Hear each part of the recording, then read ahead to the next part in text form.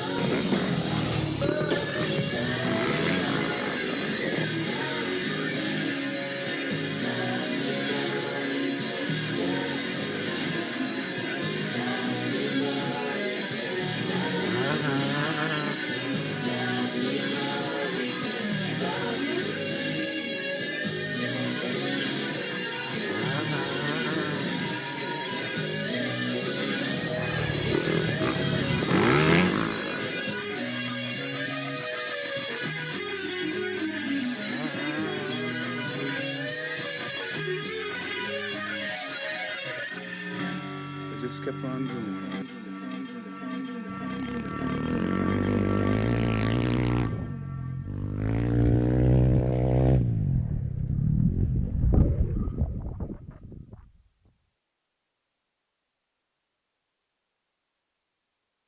Live from Pahrump, Nevada, the Yep. Valley of the Dirt People. Check. It's Tech Talk, Taco No, Tuesday don't with your check yet, hosts, 'cause Jimmy the Lewis show and is Logan kinda Tyler. sort of starting at some point.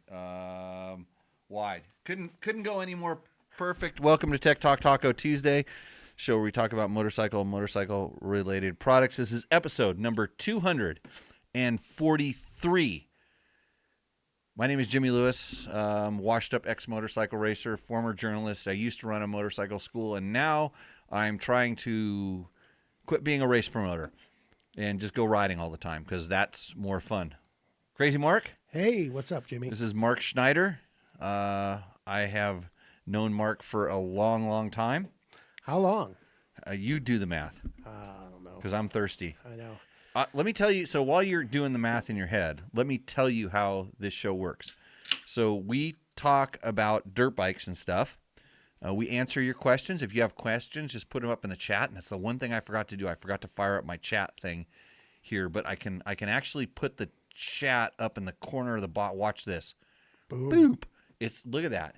It's on the show Magic. live. So the chat is ready to display messages, and I hope I didn't jack it up because I used it in a different show, but we'll see. Usually they tell us when there's no sound, and so we start getting all these messages. There's no sound. My phone starts ringing, stuff like that. But the job of the co-host is when I get thirsty and I stop talking, which very rarely happens. About yourself? Well, I try not to do that either, but it really bothers me. So when I quit talking about myself or Husabergs, then you have to chime in and answer the questions.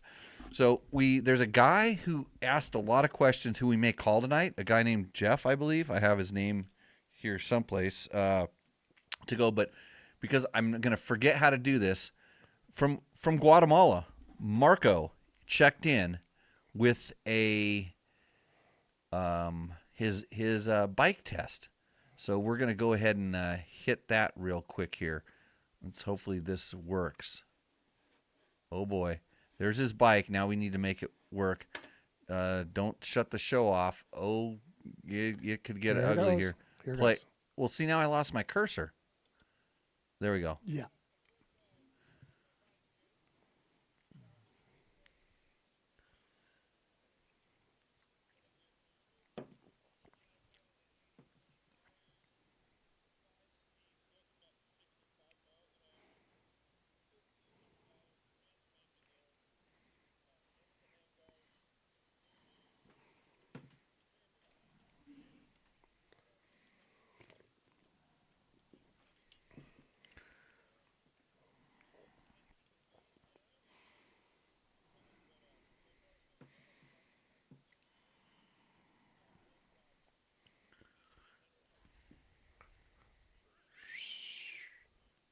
I think he needs to get out of the wind. I love wind noise. Yeah, wind noise is everybody's favorite. Audio. This is the thing. Is audio is what makes a podcast go bad. He needs a foam thing on his mic. Right. You called that out here, Mark. Audio guy who spins vinyl at the local establishments in Bend. Yeah, Yep. a little bit. You want to plug dabbling. You want to plug your show? Yeah, it's kind of on hiatus right now, but I do vinyl Monday nights at Immersion Brewing, Bend, Oregon, and love those guys. They got great beer. I would go there. Mark spun some vinyls, some punk rock classics. The last time I was up there, I think he played part of the soundtrack from Repo Man. Oh, Yeah, can I ding it when we Yeah, do a you- Repo Man reference tonight? I think we should change that from Husaberg to any Repo Man reference during the Could be a good drinking game. during the show? Yeah, could be. Know what I mean? There was some people over on the YouTubes that came and said, "I've got to get this thing set up. I got to escape this. I got to make that thing go away." And I've got to here. I got to make a tab that shows me if people are asking questions on the restreams. We'll see. I won't. If you already asked, I'm gonna put it up here and see. Let's see. So somebody said something, but it's so small I can't see. Hey, Brap. I think that's what he said. Brap. So that's so anyways, ask your questions in the restream chat. Tonight we're going to talk about pistons. the amazing hand rev. We got Marco's video, which we just said. So Marco bought he told you how much it cost. I wasn't paying attention. I was trying to fix some stuff during the show. $1,500. $1,500. 14, 13. He's going to do a $1,500 Chinese bike test from Guatemala, allegedly. Is that a retooled ATK, or was that? It was an AKT. AKT, I think they're all knockoffs of Hondas. They're all knockoffs of the kind of the different Honda platforms. Everybody's got the mold. So it's like everything. They produce all these things.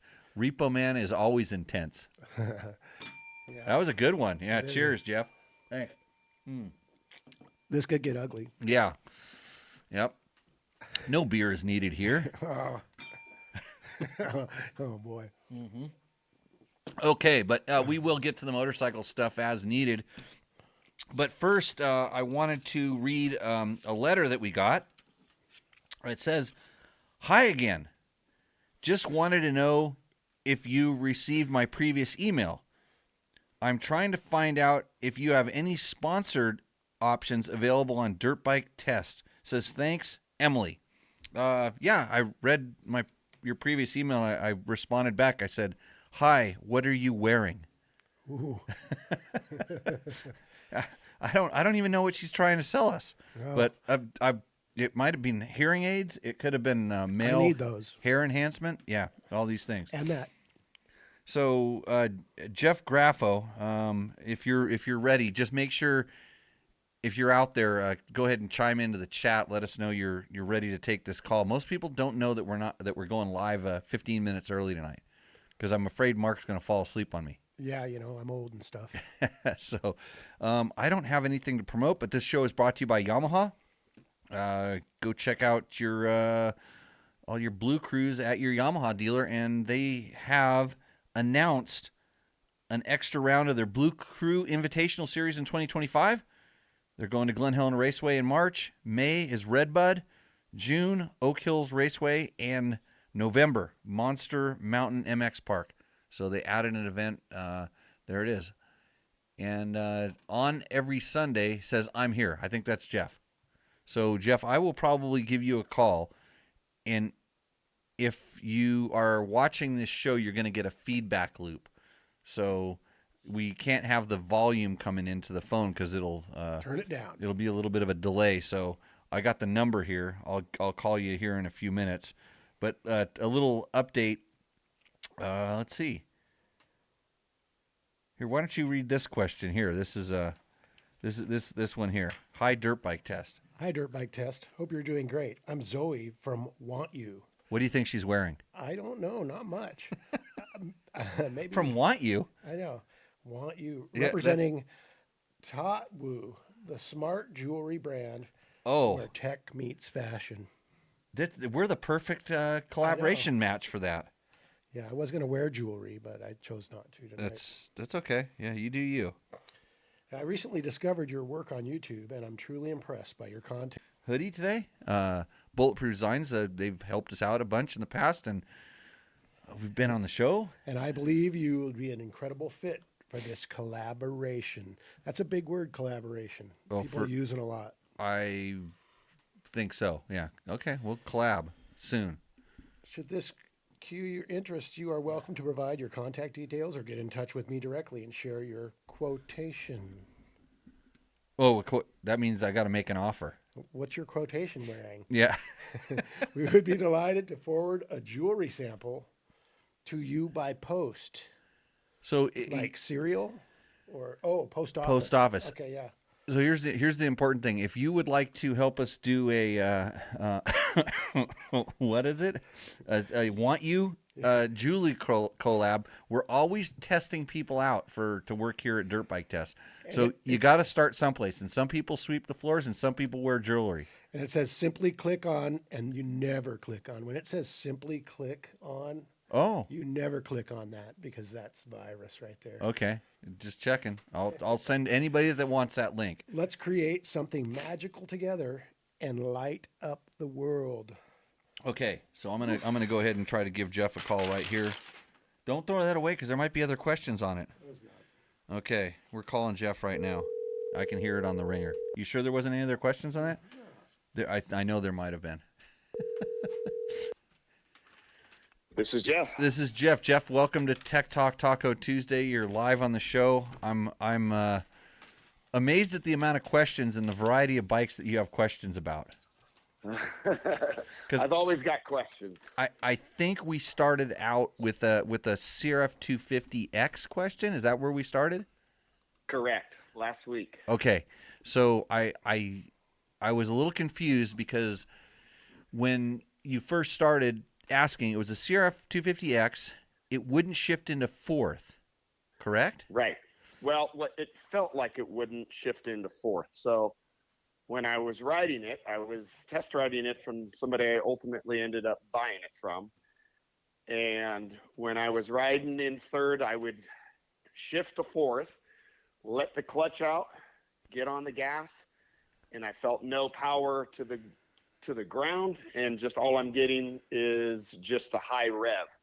And so it immediately felt like, oh, it's not shifting to fourth; it's just staying in third. Okay, so we're gonna stop there, because when you say it didn't, because I always just kind of break things down on the information I'm given. So it wouldn't shift into fourth. So the first thing is like bent shift forks, and Johnny Campbell is here, and it's like, yeah, but that doesn't really happen that much. It takes some pretty big slams, upshifts or downshifts to bend shift forks. But you know, if you're buying it from some dude, and you know, there's a reason why people sell bikes sometimes. It's like, oh, it kind of shifts, but maybe in the test ride. What about a clutch failure? Well, or the clutch, the plates are kind of warped and a lot of stuff. So it's just, I don't know why it would be any better in a third or fourth or fifth, you know, as far as shifting. If it doesn't disengage, it doesn't shift good really in any gear. I could see the speed of the gears having something to do with it, how fast they're spinning. But so I think I said it's looking really bad. Drain the transmission fluid, and if you have a magnetic drain plug, even better. Yep. Because then you're going to see if there's parts, because generally bent shift forks cause gear grinding. Like when they try to shift, they don't shift. So that was the information I had, and then we kind of ran through all these options. And then one came back and said, so I was able to get it into fourth, and then it shifted, and then I'm like, oh, the clutch is completely smoked. Throw a leather shoelace in there. Where I determined, after you had sent me the email, I threw it up on a stand, and you know, spin the wheel, shift the gear, the wheel, shift the gear. Did I tell you? Did I tell you to do that too? Gears. Yes. Okay, I did tell you to put it on the stand and do it without the motor running or something. Okay, got it. Yes. Yep. Sometimes I forget my own advice. That's where I was able to eliminate. It's probably not a bent shift fork. It's got to be the clutch. Need to throw a leather shoelace in there. Well, that's if you're stuck out in the trail. Yeah. So as the load increased on the engine through the clutch, the clutch could no longer take the load, so it could pull it in first, second, third. But as you shift gears, that's putting a bigger, higher load on the motor, and then the clutch finally gave up. And I can also see that even in the lower gears, it was probably spinning also. And so, you know, it's getting hotter and those clutches, I think, as they heat up, the lever actually gets tighter, and then it gets worse. Am I correct? Yeah. That's to me. So that's where I went. My first thing was, okay, let me adjust the clutch cable at the lever. So I would adjust it, and it kind of released the clutch pull, and hopped on it, rode it, and that's what was okay. It's fine. It felt good. I can feel it. I can feel the torque at the ground when I'm shifting into fourth and fifth. So I'm like, okay, well, that was it. That fixed it. Okay. So at least temporarily. It's your clutch is smoked. I promise you. Yeah. If you were able to rev it a few times in fourth gear and the bike kind of didn't go anyplace, you've at least glazed the clutch plates. And then so here's what I would do with that bike. It's so easy to get the clutch out. Just pop the cover off, pull the clutch plates out. Yep. When you do that, you know, check the actuation. You know, make sure that when you pulling in the clutch, you can see it moving the pressure plate, the Right. the push rod is doing, it's all doing its kind of stuff. Just check to make sure that's all good, because sometimes those can get sticky. And I've even seen where guys misassemble them and they leave like one of the washers on the hat bearing out, or somehow the oil has gotten low and it kind of plugs up some of the oil journals in the clutch basket, and this is what actually ultimately caused the clutch issue to begin with. But if you sometimes you can get away with replacing only the fiber plates, but you have to make sure that the steels, and I don't know if they're steel or aluminum in that particular motor, but you want to make sure those things are perfectly flat, because when it slips like you talked about, there often tends to be some warping in the clutch, and that ultimately will cause bad shifting because the clutch will not totally disengage. So we're putting Michelle Marshall to sleep and with her cat. That's really good. And you know what? I don't care, because somebody needs to know how to fix a clutch. And Absolutely. if I had a recent friend with a Beta that had, I think 8 clutch plates came in the kit, and there's an extra 1 plate that's a separate number, separate order. It's thicker, right? And that didn't come with his clutch kit. Tried to put it in, and it just spun, Oh, because he had too many. He had not enough. Not enough. Yeah. It didn't come with the special. No, it came with one was thicker. Okay. Because especially on the European bikes and Yamahas you'd even do this. They have different plates. They have different materials and different grip levels. So clutches are really, really complex. From the way the manufacturer sells them. And then some of the aftermarket ones, especially the lower cost ones, it's just a set of clutch plates, and it will work just like a clutch. Kind of, it's not going to work as good as the stock one. And then you have companies like Recluse and Hinson that go the extra mile to build these packs that are just really, really, set up. I mean, Recluse they have their torque drive ones, which are thinner, and they actually put more in there. And then back to the KTMs, they have different thicknesses, so you can adjust the clutch pack thickness to be proper. So there's a lot of clutch tuning that goes into it, but you can always just buy, I'm sure Tusk or Rocky Mountain, by the way, click through our links if you're going to go there. They probably have a Tusk clutch pack for it that will get the job done, and it'll be half the cost. I have a Tusk clutch pack in my KDX, and I changed it out recently, and it feels great now. I don't think I've ridden enough different bikes with different clutch plates to notice the difference. So for me, it's like, yeah, you know what? It's $60-$70, why not? And that's, in all honesty, that's kind of where, if you're taking out one that's kind of smoked and you're putting in like the Tusk one, it's a big improvement, because you're getting something that actually works. Then if you want to go 10/10, then you replace it with OE stuff, and that's like I always say. I mean, you're never going to go wrong by putting OE stuff. And then if you're going to the aftermarket for more performance, I always say ask yourself what you're trying to get and determine whether that product is going to deliver it. And with the clutch, it's usually kind of certain kind of engagement, certain kind of feel. If it's all stock, you're probably going to be okay. So, okay, that was question number 1. I wanted to just get to you that clutch is smoked. Yeah, if you really want to test it, just rev it up and dump it in like second or third, and you'll find out really quick if it's. No.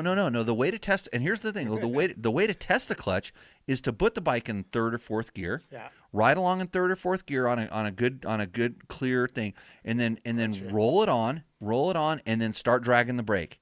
And as you drag the brake, the rear brake, by the way, as you drag the rear brake, if it doesn't start slowing the engine speed down, the engine speed stays the same, but you're actually slowing down, your clutch is bad.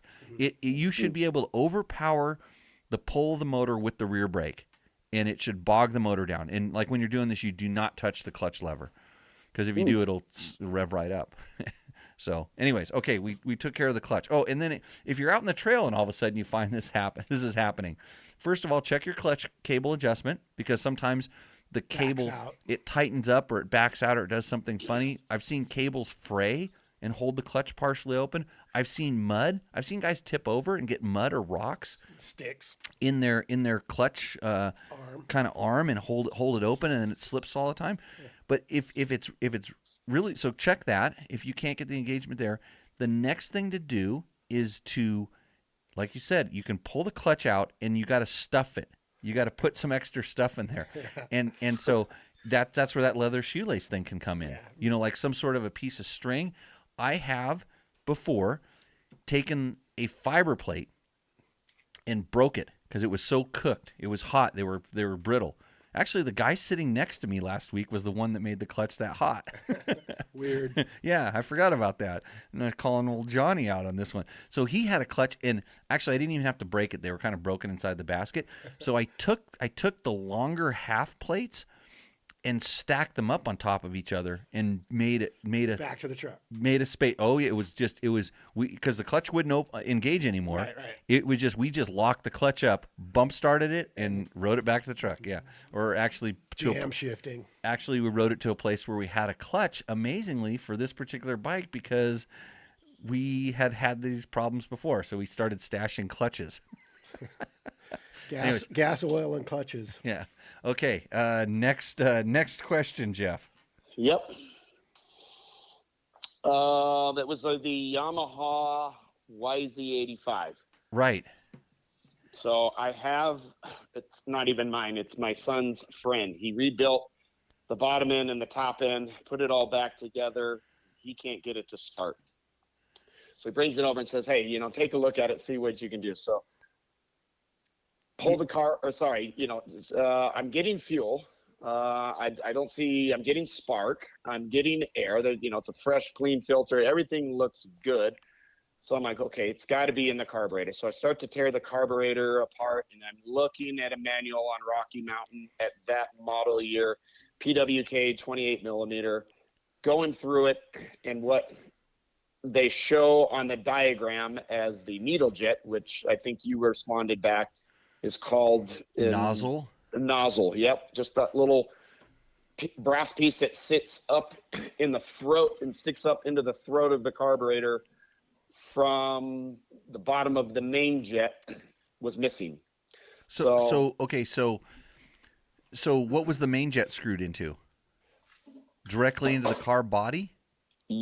Well, there is, I don't even know what you call it, because on the diagram it doesn't even have a name.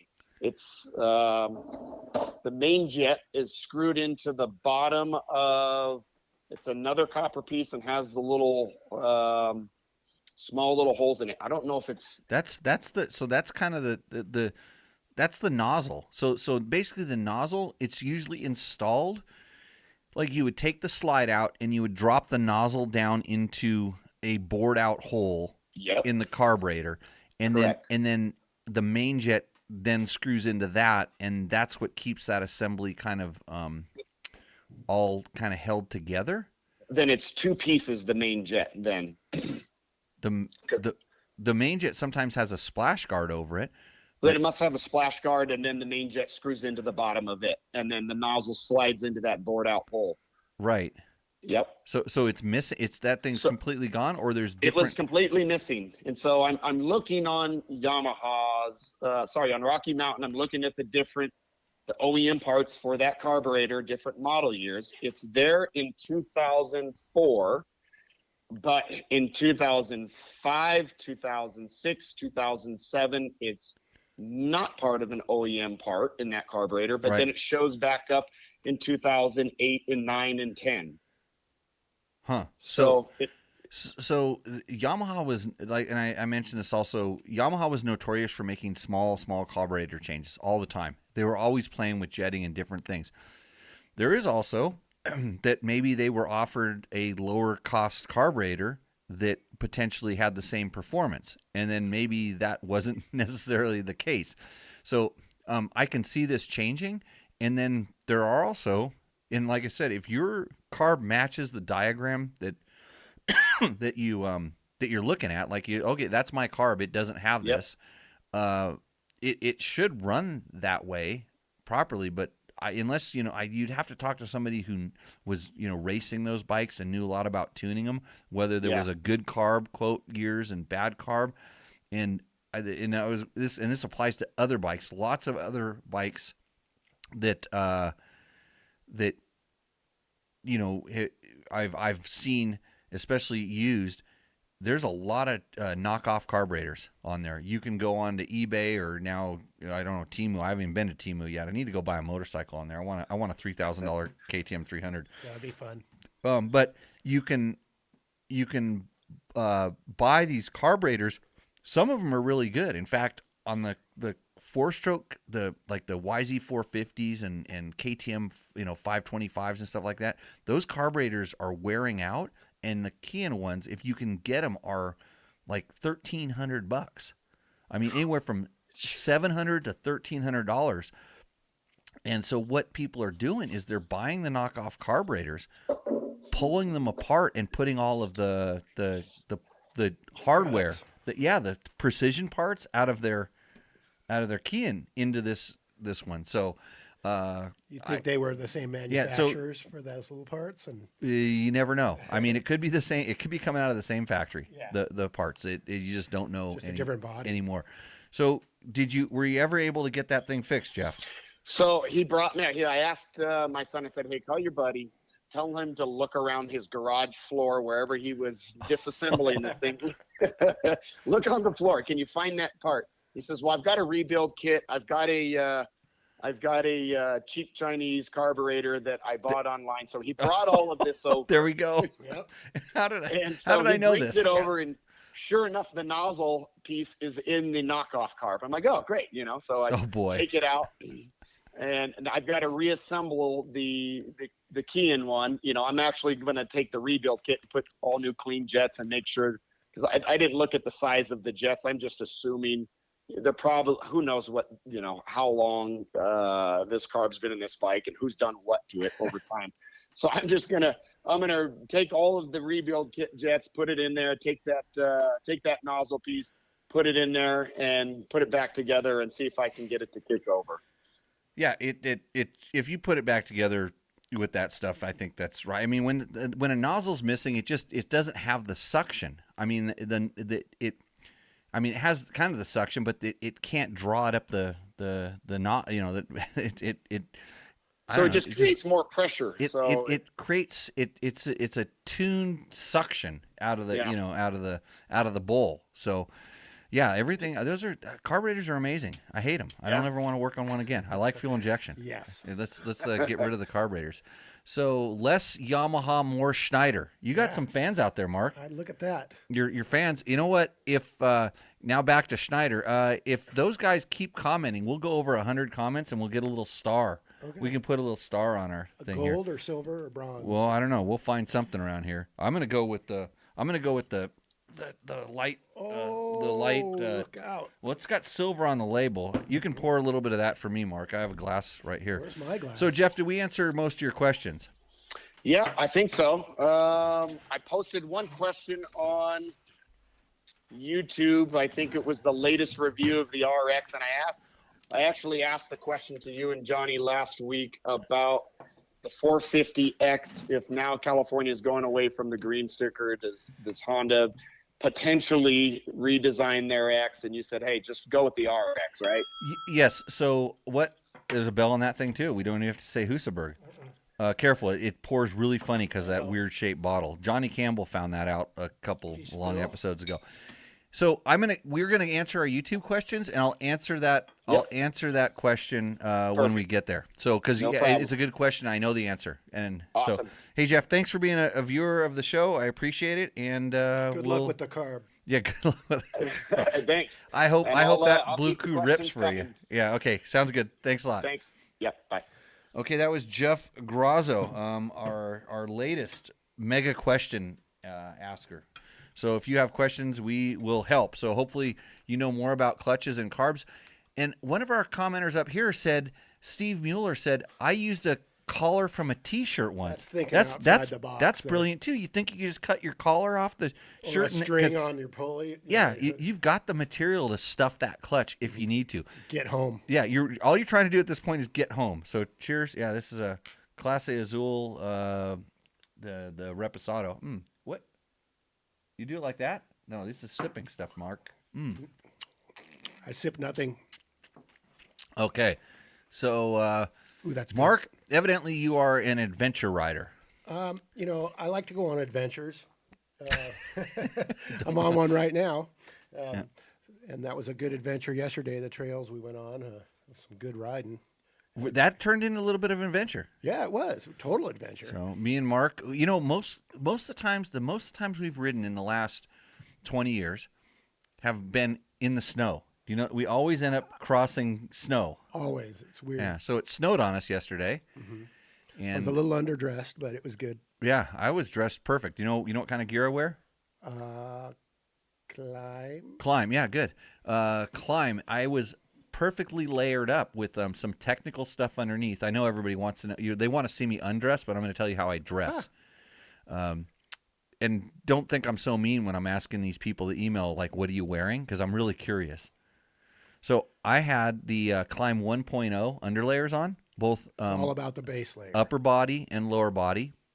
I was wearing a over that. I'm wearing it's more of a snow piece that they don't make anymore, but it's the Valdez Parka pullover, so it doesn't have a zipper in the front. And what I like about that is it has the little cuff inside the sleeve, so you can get your glove and everything tucked in there, and Nothing air goes up sneaks up in there.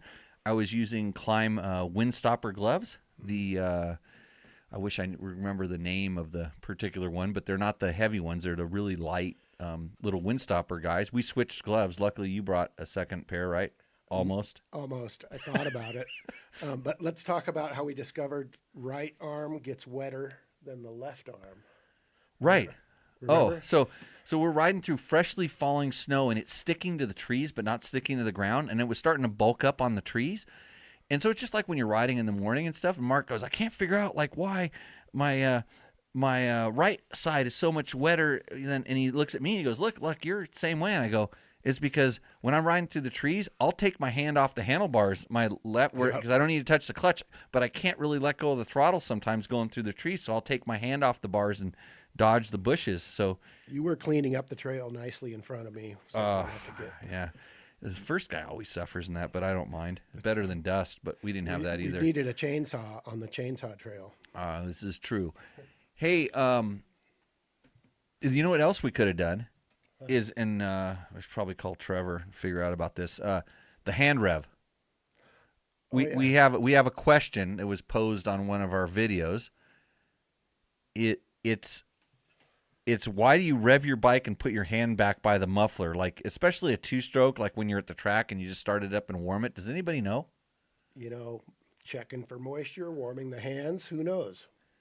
And Yeah, you but can do the crossover too, and do the right the right hand on the exhaust, and because then rev with the left. So yes, I've burnt my gloves before doing that on a four-stroke, like usually my gloves are soaking wet, and I was using the heat of the four-stroke exhaust, right. and I've gotten to the point where it's steaming, and all of a sudden, oh, look at the materials, ow, it's hot.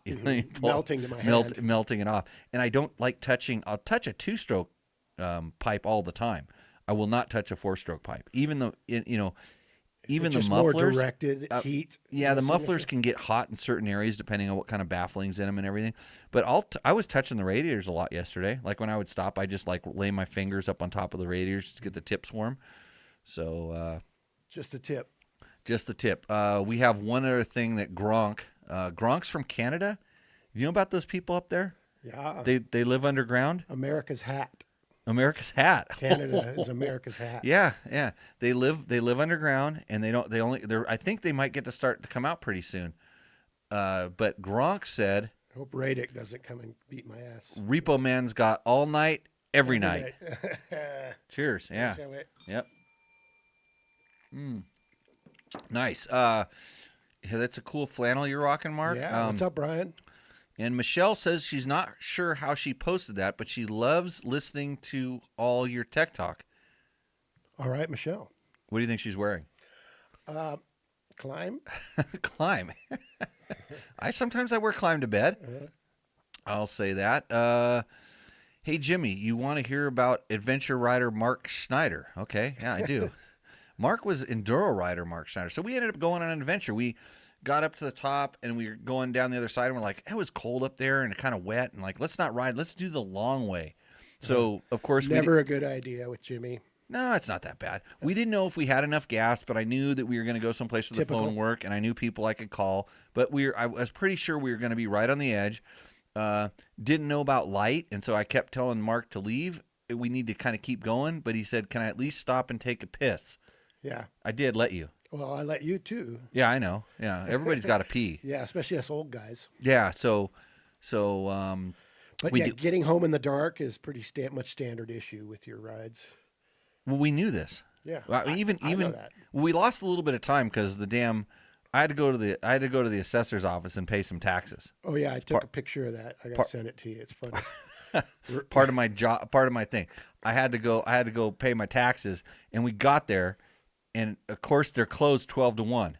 So we had to go to Ramiro's Mexican restaurant and have some tacos for lunch to kill the time. And Mark, we both made money gambling, and I don't gamble. 5 cents a bet. Yeah, I made $3. Yeah, I made a couple. Yeah, so we killed it, and I went and paid my taxes, and then we went riding. And the reason we didn't just say, "Hey, let's go ride and come back," is because I looked and said, "Well, they close at 5. There's no way we're going to be back by 5. No way. No way." So we got back at dark. Is Mark Schneider trying to get home though? Elizabeth Schneider is asking this. What's up, Mama? He's probably sick of me already. Yeah, I'm pretty homesick though. You know, I miss you and the dog Yeah. And the squirrel? and the squirrel. Oh, And the yeah. picture of the deer that you showed me at your front door? Yeah, it's at the back door. The deer comes in bags for pets. And yeah, let's talk about. Moto packing fishing pole. I don't know. Dude, we did that on quads. We went fish bapping. Remember that? Fish bapping story. Here we go. No, we're not telling it. Oh, it's No. a good one. Well, if people want to hear quad, I mean, this show can degrade to anything. Yeah. And me and Mark went on a 4-day adventure on quads over the Rubicon Trail, Yep. and we camped in the best spots. We were the only ones that were catching fish, Yep. and the Jeepers were pissed off because quads those times were like insects. They were like the They hated side us. by sides of today. Yeah, side by sides of today, except just worse. I mean, we were riding those retard chariots like kings. Yes. And Yeah. I think I was the only one that didn't have it. Was right when 4x4 on quads was coming out. And I think I had the only 2 rear wheel drive quad. Oh, okay, yours didn't have 4-wheel drive. Yeah, because I know we had a Suzuki that had like a whole shifting pattern thing. And we learned a lesson about putting butter in your ice chest. You remember? Oh, everything was destroyed. Everything in our ice chest was I destroyed. think the beers were opening up themselves in there. And anyways, good times. So you're fishing all the time. Yeah, I love to pack my little packing fishing pole when I go like on adventure rides and overnight and just go by the stream, catch a couple fish, cook them over the fire, eat like a caveman, you know? Yeah. Inversion glove. Inversion glove was the climb glove I rode. That's right. I Thanks, should know these Brian. things. Thanks. Yeah.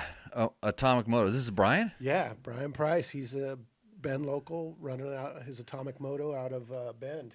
Okay. Good deals on, yeah. Shout out to Atomic Moto. Yeah. If you're in Bend, around Bend, need some help, especially if you're an adventure rider just cruising through. Mm-hmm. I go to Mark's house because I know I can get my moose that was improperly installed repaired with a we just took a Knockoff tube, right? tires, new tube, yeah. Yeah, we came out like kings that time. On the Cove. that Cove, time. yeah.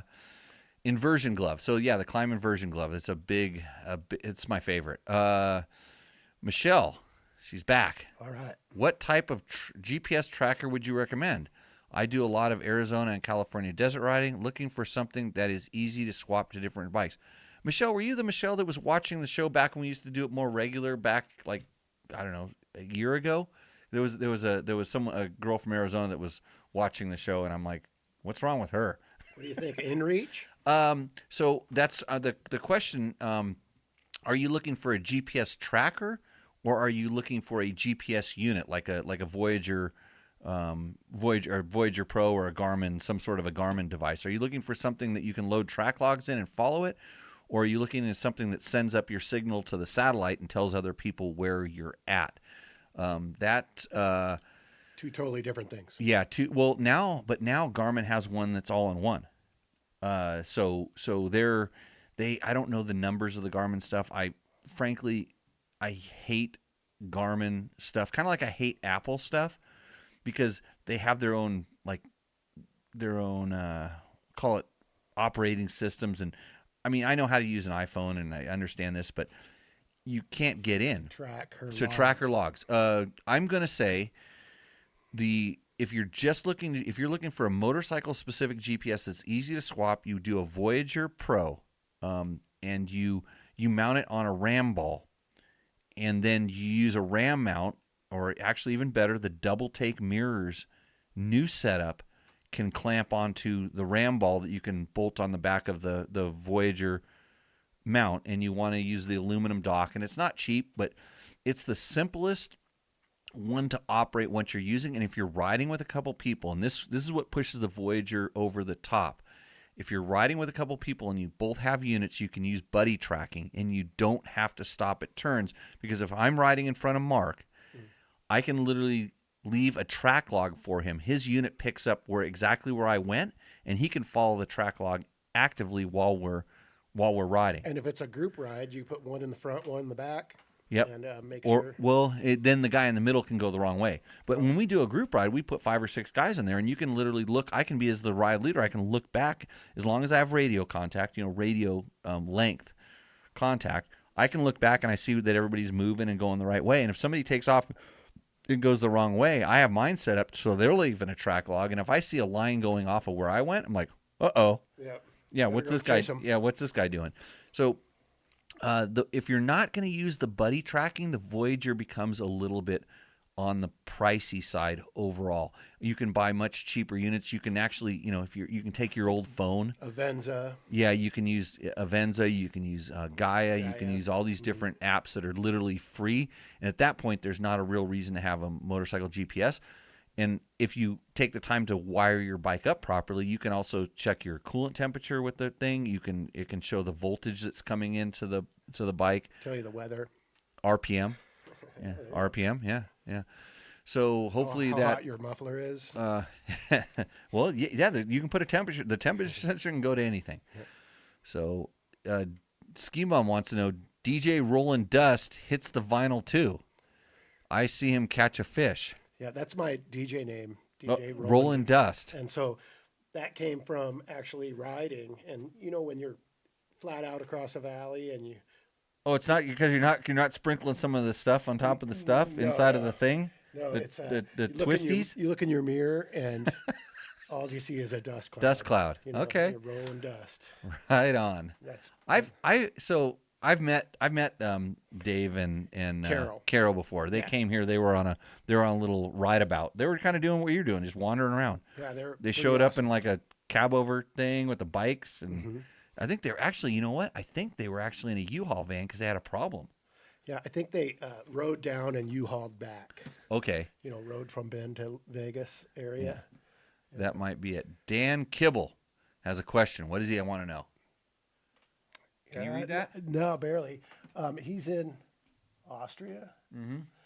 You can get a low mileage African Twin KTM 1090, 1290 for around $6,800 US, and KTM Tenere for around $8,100. I tried to make the text bigger. I'm going to try right now one more time here. Hold on a second, because I see you don't look like Logan. There we go. Look at that. What a technical. Wow. He's just looking for a bike and looking for a deal. Read his question. Does an AT or a KTM 1090 with suspension sorted hold a candle to an 890 or Tenere for adventure riding, not enduro, for an expert level rider, or spend the extra on the Tenere? In Australia, Austria. Well, in Okay, is that Austria or Australia? I know which one it is. It's Australia, isn't it? Hey, you've got to realize that we're dumb. And you give us 3 letters, and we're just going to run with it. Yeah. The Long transport sections, meaning lots of tarmac. Tarmac. Yeah. Yuck. So pavement is lava. Okay, so here's Jimmy's take, and this is no bullshit, because there's so many guys out there that just when they open their mouth, especially on the YouTubes, that just diarrhea. That's a big giant turd. all of the adventure bikes are pretty much the same when it comes to overall suspension. They're built more for adventure riding comfort than they are for smashing into things. And I have not ridden a production adventure bike that you can just smash into things like a dirt bike, period. Right. And if you want to fix that problem, you nor I have enough money. I have ridden, probably one of the few people, they're still alive, ridden and raced factory twin-cylinder rally bikes, which is what everybody dreams that their Tenere, their KTM 890, their KTM 1090, their KTM 950, their BMW, whatever it is. That's what everybody dreams these things should be. Those bikes, you could almost slam into something. You just need to get a lighter, smaller bike if you want to do that. Yeah, but he wants an adventure bike. But so this is the thing. If you ask me, which one can you slam into things the best on? Which one will handle it best? I think that overall the KTM, especially the 790 platform, is the best one at slamming into things. On the converse of that, it's also the least comfortable adventure bike out there as far as comfort. I personally ride a Tenere. Yamaha sponsors this show. There's a big correlation between me riding a Tenere and Yamaha sponsoring this show. And it was because I had been riding KTM adventure bikes for a long time. I couldn't get along with that platform. I rode a Tenere and said, this thing's bitching. And because it has just enough bottom resistance, and I can ride it just that much more aggressive. Plus, there's not a lot of buttons, and it's just so analog simple. It just works. And then I fought a lot with the KTM 790 at the time. I still do with the 890. And so you go to Africa Twin. The Honda fits on the more comfortable side of the spectrum. We have some videos up on Dirt Bike Tests where we talk about Africa Twin. We haven't done one for a while. We did the Transalp 750. We talk about that. They tend to be a little bit more on the comfort, less on in the smash into things side. And like I said, none of them smash into things that well. It's all suspension, really, right? I mean, it's most of it. And you just, I mean, they're street bikes. They're street bikes, and they're trying to use suspension components that just don't have the. I mean, I know what was on my factory bike, and I rode a factory KTM twin-cylinder bike, right? And I've ridden a lot of heavy, bikes with a lot of different suspension on it. Everything about the race bikes is different than the production bikes, so you're never going to get that. And I wouldn't want to ride the BMW. My BMW is actually pretty good on the street. I kid you not, but you don't have that level of money, right. and the bike is substantially lighter than what you're riding. Factory. So yeah. So it's a fine line between comfort and durability, right? And all the bikes you're listing there, I think the 1090, the KTM 1090 is a really good all around. I still have one.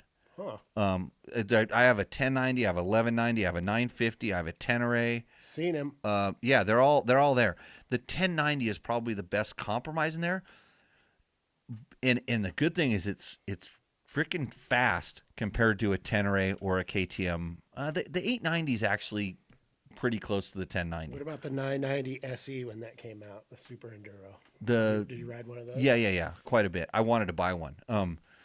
It's they're cha-ching. Yeah, carburetors. Yeah, that's the there you go. So if they fuel injected that, if it Super had Enduro? if it had the last year, if it was built around the last year KTM 990. The one they called the 990 Bauhof, they built the Super Enduro around that. That would be a really nice bike. Let's do it. Let's make one of those builds. I don't need another motorcycle. He's got thousands. Yeah, lots of bike. John Perkins, who's also been a host on this show, busy working, but we are about to go see a DBT test on the. When are we going to see on the CDX boots? Well, I don't know. They haven't sent any to me. I love CD boots, but this is the first time they have offered their premier boot in a size 15 for us big guys. Oh, so you're asking 15. for a free set of boots. Did you see how sly? Yeah. He just asked for a free set of boots. He has tested stuff for dirt bike tests before. He could potentially get a set of size 50. You know what? You're gonna need an extra John, cow. if I ever saw you that much, he actually loaned me his little rats. I mean, kids, to test our little TTRs. There you go. Yeah, they just rode them, and it's like, hey, you need to do photos, and they just rode them, come over here. They just kept riding, and then he stopped them, and then they cried, and he says, you got to go nearer the camera, and then he just took off and rode, and I got run out of gas. I got a couple good photos. Childhood. And we answered Michelle's question. Thanks a bunch. Hopefully, yeah, good. I like that. Mike Kmet. Remember KMET? Oh, yeah. I don't know if that's what his name comes from. Little bit of heaven, 4.7. Atomic Moto's the bomb. They are. They got some good prices. You read that. Dude's the Moto boot guru. He is. He loves his boots, and he loves doing tutorials on there. Worth going to Ben for them. Bought a couple pair there. And the beer and the riding. The beer, they got like 25 breweries in the county. Uh-huh. Holy mackerel. Yep. So Ski Mum says, Yes, Jimmy, you generously provided some shade and a piece of cardboard for walks to change our tires. Everybody needs a man to change the tires. Jimmy tried to get me on the Rabaconda, but oh, Mark was walking around here going, dude, do you need any help? Because I'm like squirrel brains and running around like going all different directions. Do you need any help? And I said, well, I got some tires to change. He's like, mooses, I'm not very good. yeah, I don't have the experience that you do, but let's see. Dan Kibble says, not sure if you got the Tenere World Raid in the USA. No, we didn't. But maybe that's the halfway point between the KTM's aggression and the Africa Twins' comfort. It's the balance of safety and comfort. Cheers for responding. Hey, Dan, that's why we do this show. If I had ridden the World Raid, I could tell you this, but I don't know. I haven't. Would like to. Yeah. Oh no, I like to ride it.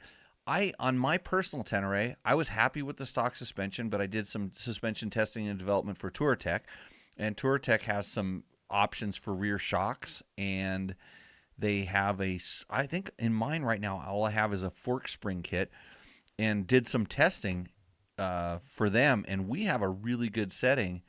The shock I'm running, and they have, if you want to smash into stuff, they have a shock for that.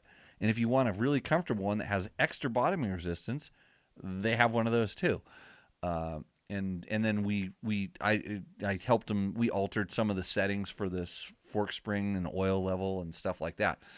So Ski Mum wants to know. Oh man, how did we meet? I think it was when and where did you two meet? First turn, Mammoth. Your second. I was winking at you. Your second. While I was laying on the ground. Did you break 2 collarbones at Mammoth? No, I got knocked out the second time. Yeah. In the first turn on the 250 intermediate class. There, or it was like a Transcal or Golden State Series.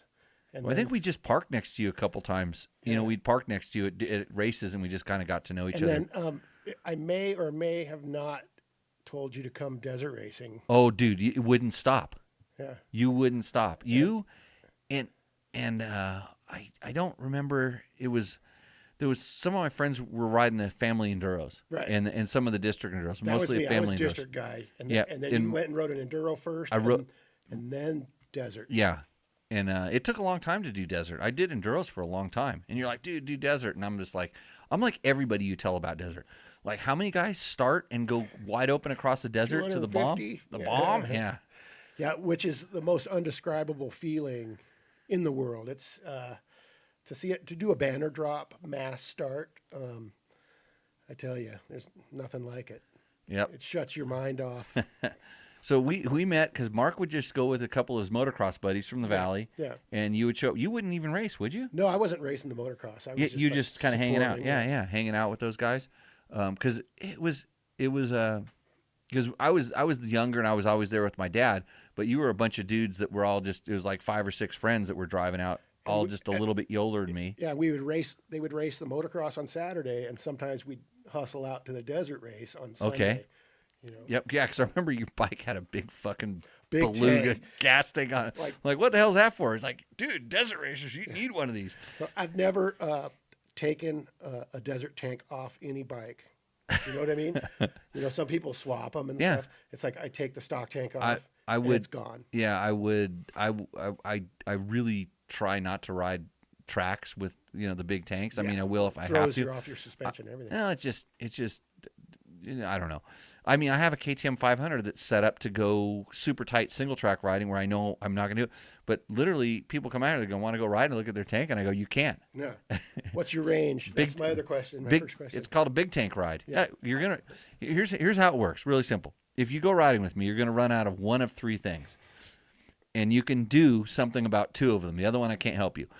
You will run out of gasoline. So have a big tank on your bike, carry some extra gas, whatever. That's simple, okay? You will run out of daylight. They make these things called headlights. You have a headlight, you're going to be able to get your ass out. Those two things usually aren't too much. You will run out of energy in your body.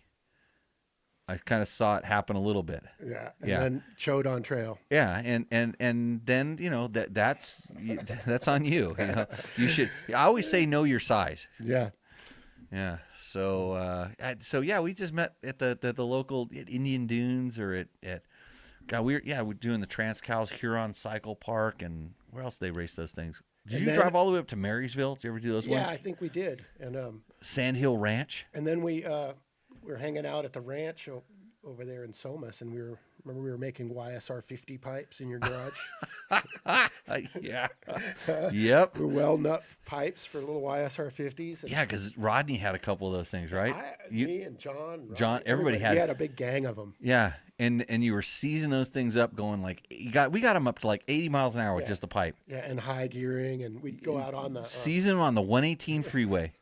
Call me up the next morning, dude. They all seized, and I'm like, yeah, I told you that pipe. Like, you're not supposed to hold it wide open. Yeah. Good times. Yeah, welding. I remember I was ordering up air cone. I was ordering up from Las Vegas. It'd take like a week for my. I go, oh. And then we changed the shape a little bit and changed something because you guys come back. Chamber, bigger and smaller. Oh, we were killing it with those times. Things. Bob Yellis says, hand purple blue piece. So I should call Trevor and find out about the hand revving. Yeah, I don't know what you're talking about, Bob. That's a robot. It's an AI. No, that's Bob. That's my riding buddy, and that's Oh, so Jimmy Tyler couldn't call back. We were trying to do a sound check, and we needed a monkey to answer the phone. So Jimmy Tyler, this is Logan's dad, has a good excuse.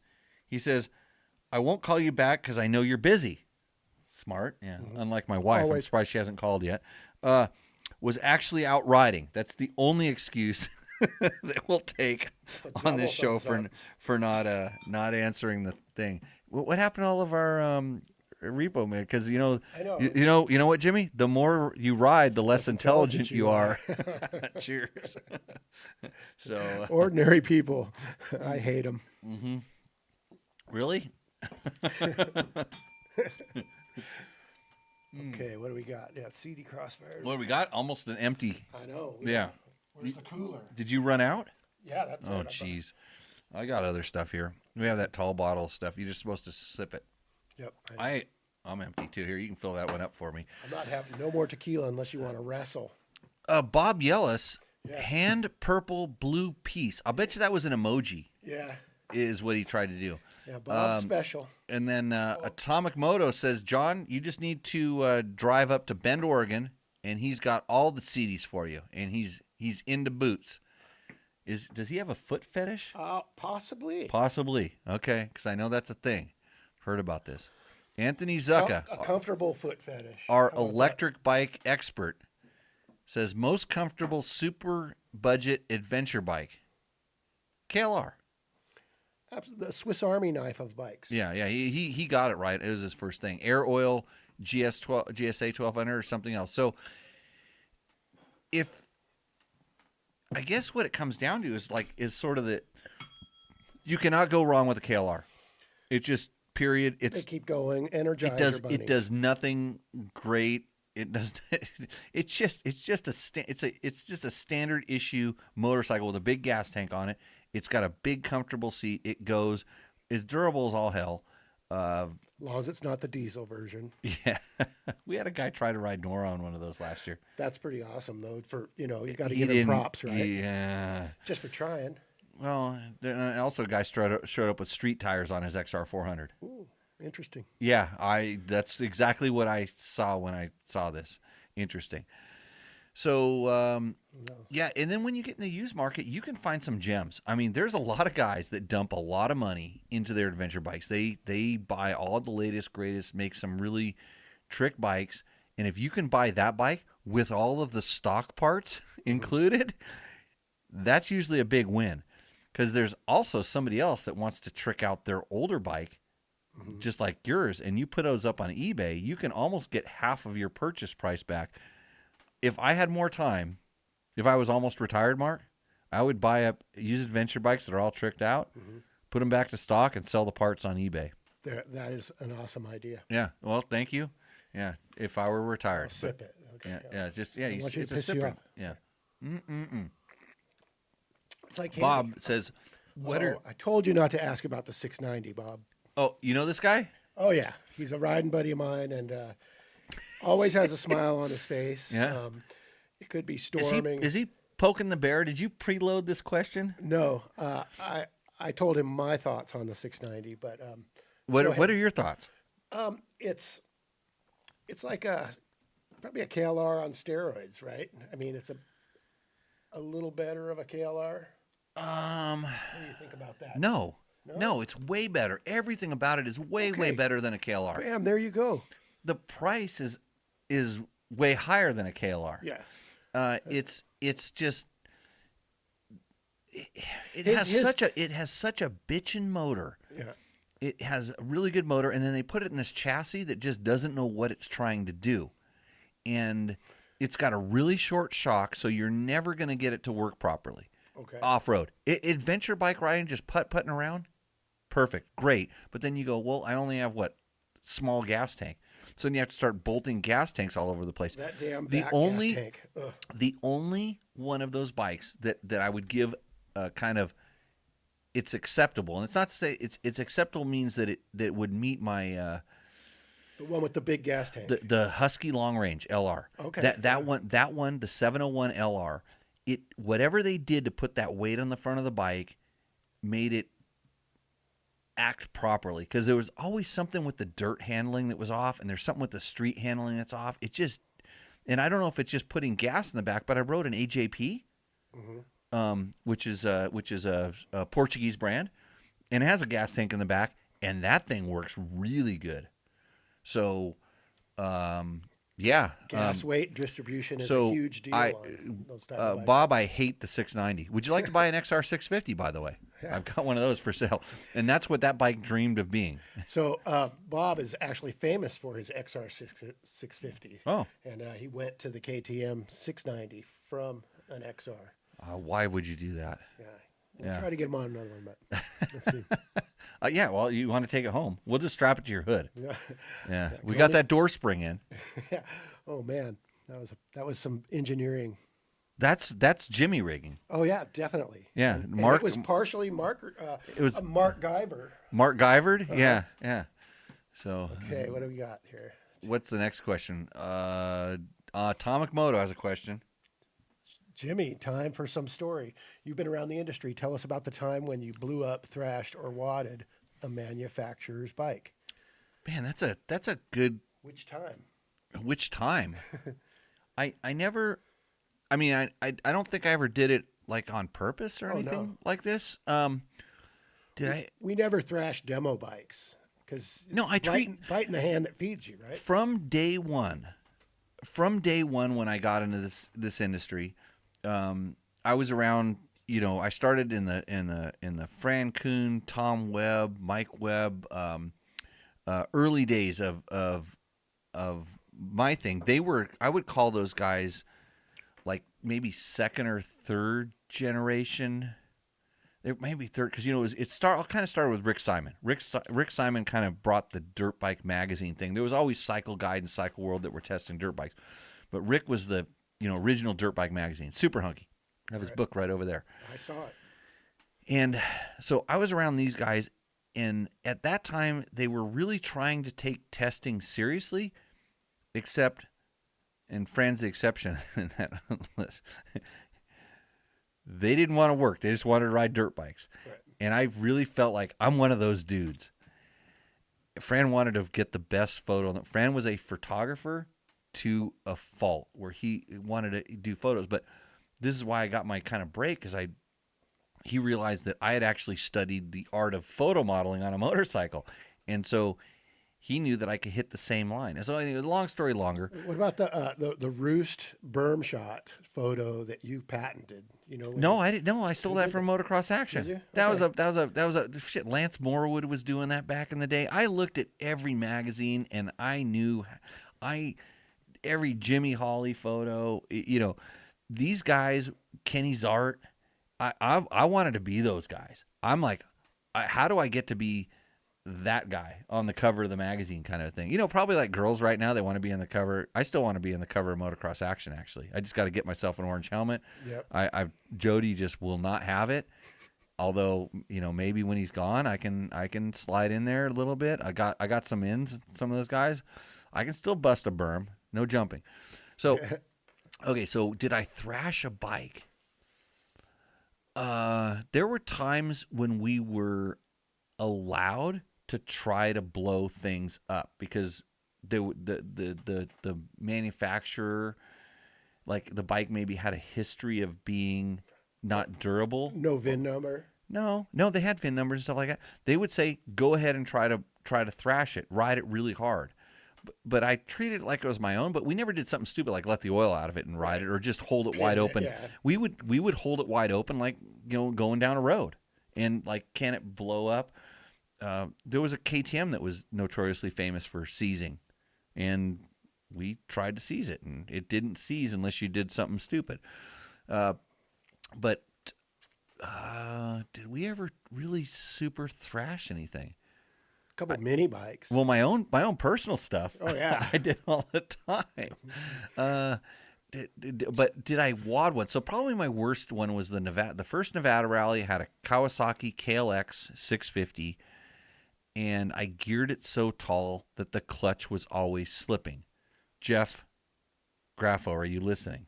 I geared the bike so tall that when it was in fifth or sixth, I don't remember how many speeds in the transmission, probably a 6-speed. When I was holding it wide open, that thing made too much power to pull. It couldn't put all that power through the transmission and it would slowly slip and it would overheat the clutch. And then, well, it would do it so slowly. I mean, it would still go kind of fast, but the clutch material would then go into the motor and into places it shouldn't be, and then it would cause the motor to blow up. So it would plug oil journals basically, and there. So that, I think, was the only one that I really know that I would say I totally thrashed. I blew up like 4 of them in the Nevada rally. I think one a day or. That's a lot. We kept throwing motors into it. Yeah. I think technically I finished, but I don't know how the hell. So Carol wants to know what desert racers have I done and how did I get into desert racing? So that's my dad was a desert racer and kind of grew up out there. And I think we wanted to talk about some of the old school desert racing things we used to do to our bikes. Trevor tried to write a story about old school desert racing to pay for a free race entry. Mm-hmm. It was horrible. He was suffering trying to come up with a point about how it worked, and I'm like, do some history on the Czech Chase, the Hare and Hounds, and the Desert MC, like, you know, and it. I don't know. I don't even know where it went. It's up on Dirt Bike Test, I think. There's a story up there. And that was back in a time when there was, 800-900 people in the 250 novice class. There was a time Chris Crandall won the Czech Chase, and he told me he stopped and rested. He stopped and took his helmet off and rested. He could see the Czech, but he knew how hard it was going to be. So it kind of reminds me of what we were trying to do with King of the Motos. But like there was times when desert races, I mean, like how bitching it would have been to done the Czech Chase to the river. Right. My dad did it twice. Yeah. I got lucky enough to be able to do Barstow to Vegas. Right. Well, we know we have a Mark had a car. Yeah, I got in a car wreck chasing on that on one of them. Yeah. And then I got a bunch of Barstow to Vegas stories. Yeah, so to do Barstow to Vegas and then the open areas were much larger. They could go different. The 4 Aces, your club. Yeah. They used to put on that race. One of your clubs. Yeah, I've been in. You did a lot of clubs? Yeah, I was like when I was younger, my dad was in the Antelope Ramblers MC. Okay. And that was it from Antelope Valley. And then we went, when they disbanded, we went into the 4 Aces. Okay. And then as kids, they didn't let kids race in District 37. Mm-hmm. So we went to CRC and DRA Desert. and we were in clean sweep racing team. Ed Waldheim was president. Okay. And then I went kind of back to the 4 Aces, and then got out of it for a while and got back into the Viewfinders, which I'm a member, an inactive member today. Okay. So that's a kind of, I got all the jerseys up on my wall. It's kind of cool. Right. And so you were just moving from club to club. This is before you were married, to where all the girls were at. No, not necessarily the girls, where they would pit me. Well, because you used to hang at our pit. Oh, yeah. We had lots of girls coming over to our place. VCMC, yeah. The Brohoms. Oh man. Yeah. That's a whole nother episode. We could play Are videos. those guys still alive? Oh yeah. Do you have the couch on fire video? Oh yeah. Oh man. You burnt your hand that pretty bad at that time. You've done some really stupid shit, Mark. Oh yeah, stupid is as stupid does. That's what happens when you mix tequila, fire, Let's see. Yeah. and dirt bikes. Oh, what do you do while your buddy riding 650 fumbles removing luggage to fill up? Oh, I could just ride a novel. Oh, because his gas tank is. Yeah, taking off gear. That just used to piss me off. I never got that deep in 690 world that to have to do that. A lot of the guys that when we were riding and doing some whether photo shoots or riding or going on different things, they had 690s had bought those accessory tanks that filled up at the front, and I can't really bitch too much because they fill up at the front and have to bleed to the back. But my Husabergs always had, because they use so much gas. Have I ever told you how powerful those things are? Power does not come without gas consumption. In a Husaberg, you had to replace the subframe with an auxiliary fuel tank. It was shaped exactly the same. Oh, wow. And so you'd have to fill the gas tank up, and you'd have to wait for it to bleed back down into the back gas tank. So, Bob, you're not that far off. And he says, well, there's a pro tip for you, Mark. Friends with big gas tanks are the best kind of friends, especially when you're out of gas. Yep. John says a KLR is as good as it gets. No reason to look further. Let's see. Oh no! Oh, Gronk. Yeah. This is gonna finish this beer can's about to explode. Gronk says it happens sometimes. People just explode. Natural causes. Mm-hmm. That's awesome. We're probably that's one of the best lines. Yeah, it's pretty good. Let's go do some crimes. Yeah, well, be careful. Somebody be pissing on the floor again. I don't have any more beers left in this house. Oh, you know what? No, you'd have to go out to the shop. I have Montucky cold snacks. I got some out in my camper. Yeah, that's a long trip. So actually, we're not getting the emojis in. It's actually putting the texts in for those. Yeah. So, Mark Guyver, Adventure Rider. Yeah. Let's see. Dave Walks. Don't forget Dick Burleson and his trail tips. Yep.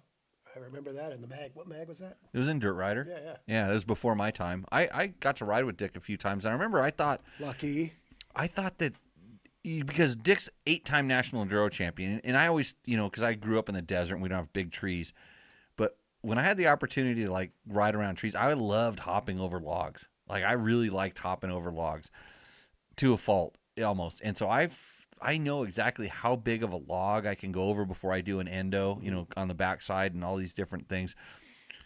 And I got into a hopping over a log contest with Dick Burleson, and it was probably a bad thing because he's got really short legs. He's a small guy.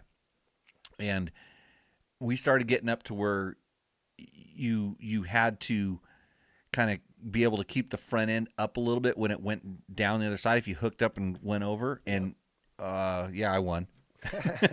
But I felt bad. But that guy would not back down, and we were doing some pretty we were up in Michigan, up in the UP. So it actually wasn't a single big log. We found one single big log that's what kind of started it. It was like he was just sitting there and we were kind of waiting for the group or something like that. And it was somebody said, "Hey, can you ride over that?" Point. Yeah. Can you ride over that? And I'm like, yeah. And it was for sure I was going to eat shit, but I pulled it off. And then it was like, then it was on. Cause it was like a Moose Gear, intro ride or something. There was some guys there. And, you had no idea how much I'd practiced this shit. And then we got to points where there was 3 logs stacked up kind of a thing with a good fall on the backside, and leg breaker. I thought somebody was going to get hurt. Yeah. How about including myself. Snow-covered logs. We did a couple of those. It changes the game. Dude, how slippery are our logs here? Oh, pretty slippery. Yeah, I think It's that hardwood, mesquite, or whatever. Yeah, it's so hard it doesn't get sticky. Or like there's a layer between the bark. You know what I mean? No, there was no bark on those things. The bark was all peeled off. Slick. But you do not want to touch them at all, like with your front tire, because you're going sideways. How did you like riding my new bike? Dude, so 20, I want to talk 24. about this. This is actually pretty cool. So every single gas 2-stroke I've ridden is better than every Husky or KTM. Wow. In the engine performance. That's a bold statement. In the engine, in the very first time I rode a gas 300 EC, I'm like, what did they do different? Like, what's different about this bike? And this was at a KTM intro it was a gas intro where they had all the gas. They wanted the media to come out and ride all the different gas. And I rode the 300 Enduro around. And I came back and I asked the guy who is now going to be in charge of the gas brand for the U.S. And I said, how come? I go, this is good. I go, what's different? He goes, it's exactly the same as the KTM. I go, it's not. Liar. And he goes, no, they're exactly the same. And I go, no, maybe I said, what's different about this? I don't think I told him it was better. He says it's exactly the same as the KTM. And I go, well, what's different? And he's done nothing. So I go, it's different. So I actually wrote that. I said, they told me it was absolutely the same as the KTM. But I wrote that it had better throttle response, and the way that the power valve and everything worked, it was better. And after inquiring with somebody else that knew better, yes, there was some different stuff in there.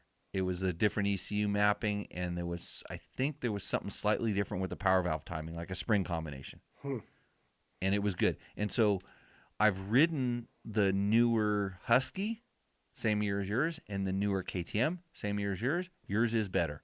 Yours has better throttle response. I like it. Yeah. Did you like mine? Besides it sounded a little clapped out and rattly, you know? I mean, That was just the handlebar. That was that one thing up in the handlebar. But the power came on different. That's for sure. A little different. You seem to wind it up a little more. It wasn't instant.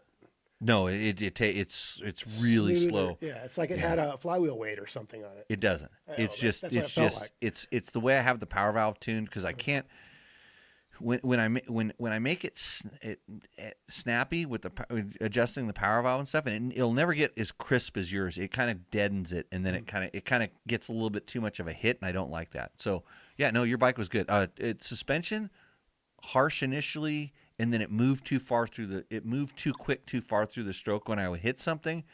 And bottoming was okay, but by the time it slowed down, it was too deep into the stroke. And if I hit a second thing, I wouldn't like that. I don't know if you notice mine is like it's got that kind of like factory level. That's that Kreft suspension. There's about $3,000 worth of stuff inside of that. Yeah, mine was M9. Darren Mees did my suspension. Yeah. So yeah, and it wasn't bad. Your bars are a little high for me, and a couple little things. Your seat was folded up because you got a big freaking tank on it, Mark. Big tank, Mark. Yeah, big tank. Which we needed every bit of it. I was on empty. Yeah, we were lucky. We're lucky we got to the gas station. What was the range? How many miles did we go? I don't know. My odometer didn't work again. That's right. And the hour meter. I didn't look. Yeah, my hour meter and my odometer. So I've got a really low mile 300 that has a lot of time and miles on it. It's the thing. Go get the beer. So I used to have a commercial break that I could play on this show, and I know we could get it out there. Oh, what the hell? I'll do it for my old sponsors. But I'm going to get to the Jameson Moses, the helicoil or time cert. For me, it depends on the application. They're kind of the time cert would be the more Santa way if you have a precise way to drill it. I don't know. It's kind of what you have. Half the time it's just the cheap, the cheap thread certs that I'm stuffing inside of things, especially when it's small stuff. But it's, application. I need to get some more time certs. So, but I try not to have to use them. You know what I mean? Yeah. Yeah. No, I try not to compress springs inside of a vise and hold them together with wires either, Mark. With safety goggles. Well, we used a pillow. Yeah. We kind of muzzled it like. Remember back in the day when we were running around Camarillo and no, just kidding. Oh boy. Yeah. Mark Stealing pallets. Yeah. To cook our hot dogs. They're stealing pallets to cook hot dogs on I don't remember that part. skimboarding. Oh yeah, skimboarding. Yeah, you're not allowed to burn those things anymore. Yeah. Okay, so I'm gonna go ahead and do a commercial break, and then we're gonna figure out how to get some stuff. So enjoy this part of the show. The It's an defending old champion, Yamaha ad. the all-new It's Yamaha buy a YZ450F. 2024 YZ.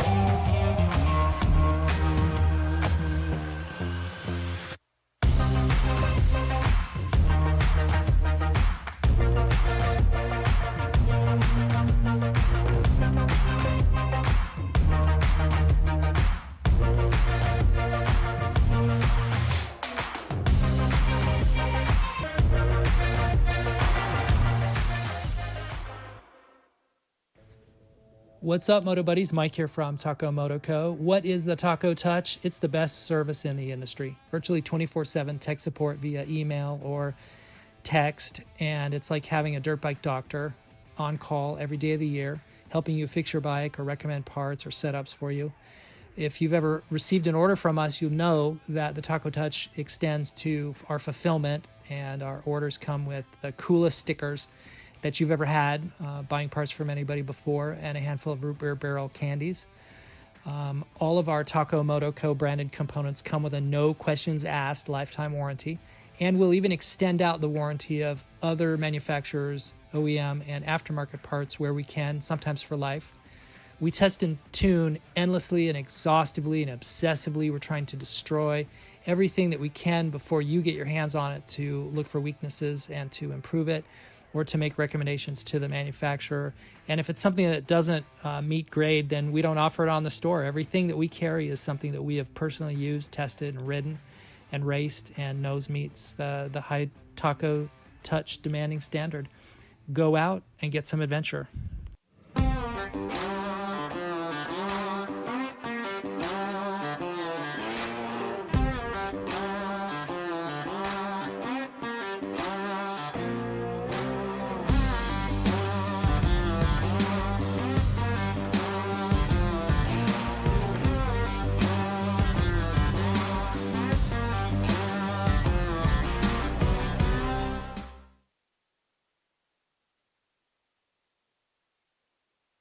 And I'm back. Okay, there we go. Fixed that. I think I fixed it.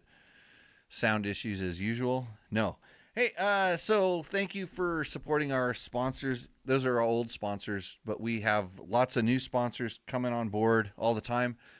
Big shout out to Yamaha for helping us out. DDC Sprockets was our first sponsor ever, and Mark is finally back. Oh, you're bringing me... you got a Rainier? No. Oh, wow. Can't bring anything good down here, can you? So BLEWRUN, beer run. So there's a couple things. It's a good thing I did the commercial break. I could get myself back on track here. The one thing I did wanted to talk about, and nobody could explain the hand revving here. What the hello? There's a lot of stuff here. It's like a Hellas Yeah. lager. It's all they're all Hellas All- hops. All light loggers. Yeah. Okay, so I wanted to talk about some piston stuff here. And the reason is because I have these three different pistons from KTM 300s, and they have some different things done to them. So I'm gonna use my my special camera here that I have right over here. You know when the sound used to be bad on the show, Mark? We used to pull these things out, and we would we had three-way calling. Does that actually work? This line on the string, yeah. If you put it, well, I can put it like this. I can talk in it. You got to pull it tight. No, I got to talk in this one. Pull it tight. And it works, doesn't it? Yeah. So yeah, when the show goes to crap, we just plug that into the internets, and it fixes all of our problems. So, and right after that, we're going to get to our YouTube questions that I have called up here from the many hours of YouTube videos that you guys have consumed. That helps. Hey, really, go subscribe to our stinking channel, because you have no idea how many times these people that want to advertise with us ask, how many YouTube videos subscribers do you have? And we have a very low amount of subscribers, but we have a really high amount of video watches, which doesn't make sense to them. And you know what that means? Money. No, it means our videos are actually pretty good. All right. Is this the one I want? I don't know. They're all kind of the same. I haven't tried any of these. This is from the world's oldest brewery. I've been there. It's in Munich, right? There you go. Brewed in Bavaria, yeah. I've been there before. When I was doing stuff with BMW. So, okay. So back to the pistons. Elizabeth Schneider says, this is the most motorcycle words I have ever listened to. Insert big eyes emojis here. Well, is she going to be out in the garage, like tuning with you pretty soon? I don't think so. You don't think so? Well, She'll be playing with her squirrel. she'll know all about pistons here in a few minutes. That's the way it goes. Sandy the Douglas squirrel. Sandy the Douglas squirrel. Okay. So I'm going to use the emergency cam here and show you. This is, so I kind of, you ever notice I have a lot of stuff? I keep things. So this is a 130-hour KTM 300 piston. This is the way it came out of my 2019 KTM 300 TPI bike. And so I'm kind of spinning it around and showing you. And don't mind the don't mind the little scratches there. That's probably like rattling around. But this was the stock piston that came out of the bike. I rode it 130 hours, and what I did was when I looked up in the exhaust port, I was seeing essentially this, and there wasn't a whole lot of blow-by. There still wasn't a whole lot of blow-by. And that's one of the ways I kind of judge how a piston's working. And if you look at this piston rings all the way around, it's actually doing pretty good. And then you get over here, and there was something that got over there, made a little bit of marks. Ring stick or what? No, I think it was probably just some debris came in there and got in there at some point. Clutch. No, can't. And a two-stroke can't get in there. There's no way it can get in there. But this is a 130-hour KTM piston. But you start looking down here at the skirts. It was starting to wear. And when I checked the gap of the rings, everything was really good. It probably didn't necessarily need to come out, but that's what a 130-hour piston looks like. And then we go to my two latest pistons that have come out. And so this one that I'm going to show you here is, so this is the one that was in my bike last time. So same kind of scenario. And this bike has, I have the weight written onto it. I have 9.2 ounces because I was weighing it compared to the Wiseco that I put in. These are Vertex pistons, by the way, all three of them. So this one got really, really hot. And this is the one, if you go on to our Tech Talk Taco Tuesday, we have a Today in the Shop someplace where I pulled this piston out. And they're happy that you clarified about playing with the squirrel. Okay. Yeah, it's important. So this is the one that came out. And then it got really hot.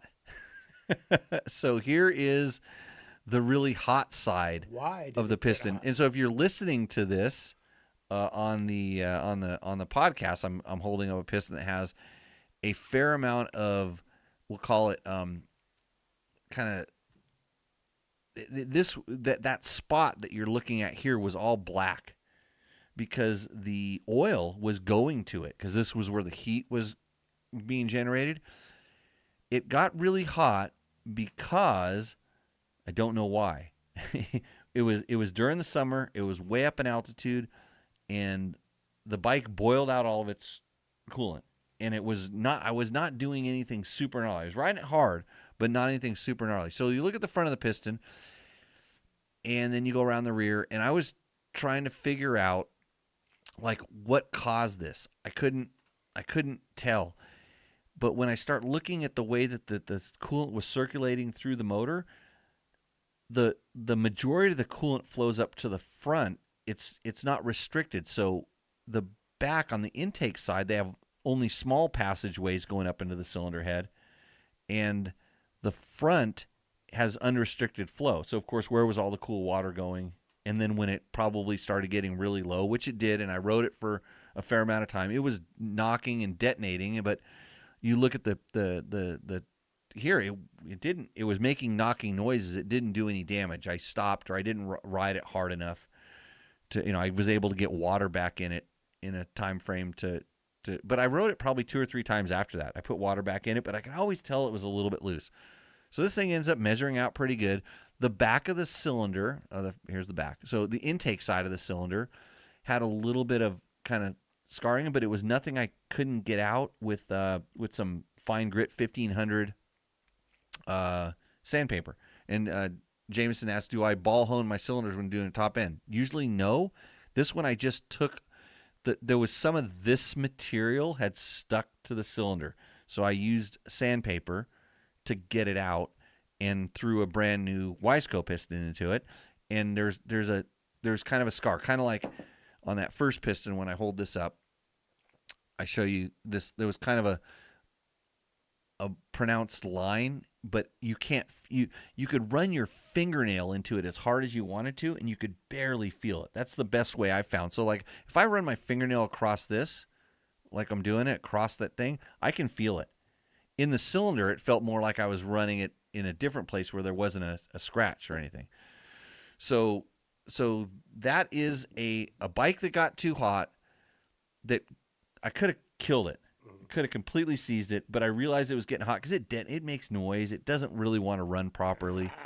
Yeah, it's knocky, and but it definitely got hot, and so this is why I have a complete piston in my hand and not a piston with a bunch of parts and stuff. And then when you look into this piston, of course, that's a little bit looser than normal, and you see the color inside of here. And you look, you can't see because of the camera, you can't see how dark it is up in there, but it got hot. And the bearing also, you can see where the oil had burnt onto the bearing. So the oil was doing its job. It was going to the hot places, and it was sticking and essentially lubing. Like castor is really good. Castor oil is really good for that, although you don't run that in oil-injected bikes. Do you think the two-stroke oil made those deposits? Yes. Or Yeah, it went and stuck to the stuff and then burnt. And so, like I said, that scar on the back was black when I pulled it out, and I had to I cleaned it off. I was able to just wipe it off. Have you ever seen that before on anything? Yeah. Oh yeah. I've seen like on two-stroke. So here, and this, so this is out of a KTM 300. Ain't no oil in it. That have you ever been that guy that was always like late? Everybody's leaving and you're late, and you didn't warm your bike up, and you take off down the road. Yeah. A guy did that.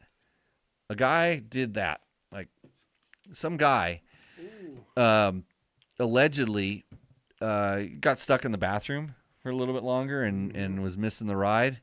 And so bike was not properly warmed up down the thing. And he's probably going to listen to it on a podcast, and he's not going to know what I just did, which is really good. He'll have to go back and watch the video. This is a typical what we'll call four-corner seizure.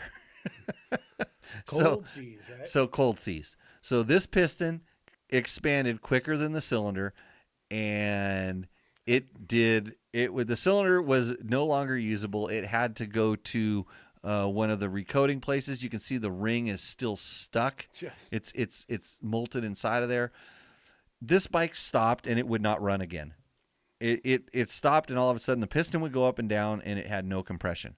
So there's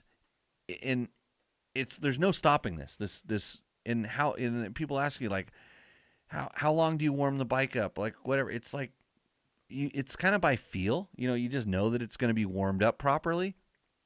So I don't know exactly how much it was warmed up because he was just hauling ass down the road, and it, The end. The end, yeah. The bikes have thermostats in them, which is really good at letting the cylinder warm up properly. But they have to warm up a certain amount. I usually like to on my 2-strokes. If I just am cruising down the road, let's say not putting it under a load, just kind of cruising, you're fine. You kind of have to get it under a load to make it do something like this. And if I feel that there's heat up in the radiator, it starts warming up. It's the thermostat's going to do its job and it's going to warm it up. But all these pistons, if you look at the tops of them, they they're all burning pretty clean. Have nice, the 2-stroke oils these days are so good. All this stuff when you're hearing all this stuff about 2-strokes fouling plugs, you're doing something wrong. You've got to be doing something wrong. And I don't know if the lawyers that wrote How to Warm Up Your Bike in the KTM book, which I haven't read exactly yet, I probably should go read it because I hear people trying to requote it all the time. And I see people they're letting their bike idle with the choke on for like 3 minutes because that's what the manual said to do. And I'm like, man, start the bike up and turn that damn thing off. Yeah. I don't know. Foul plug like that.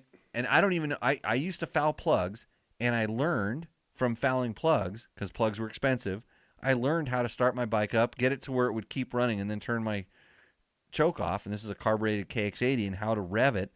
I didn't put my hand behind the muffler when I revved it, though. No, I wasn't cool enough to do that. And then switch hands. And do the other rev. Because I think you're more feeling that when you rev it, you're trying to feel that flow of exhaust.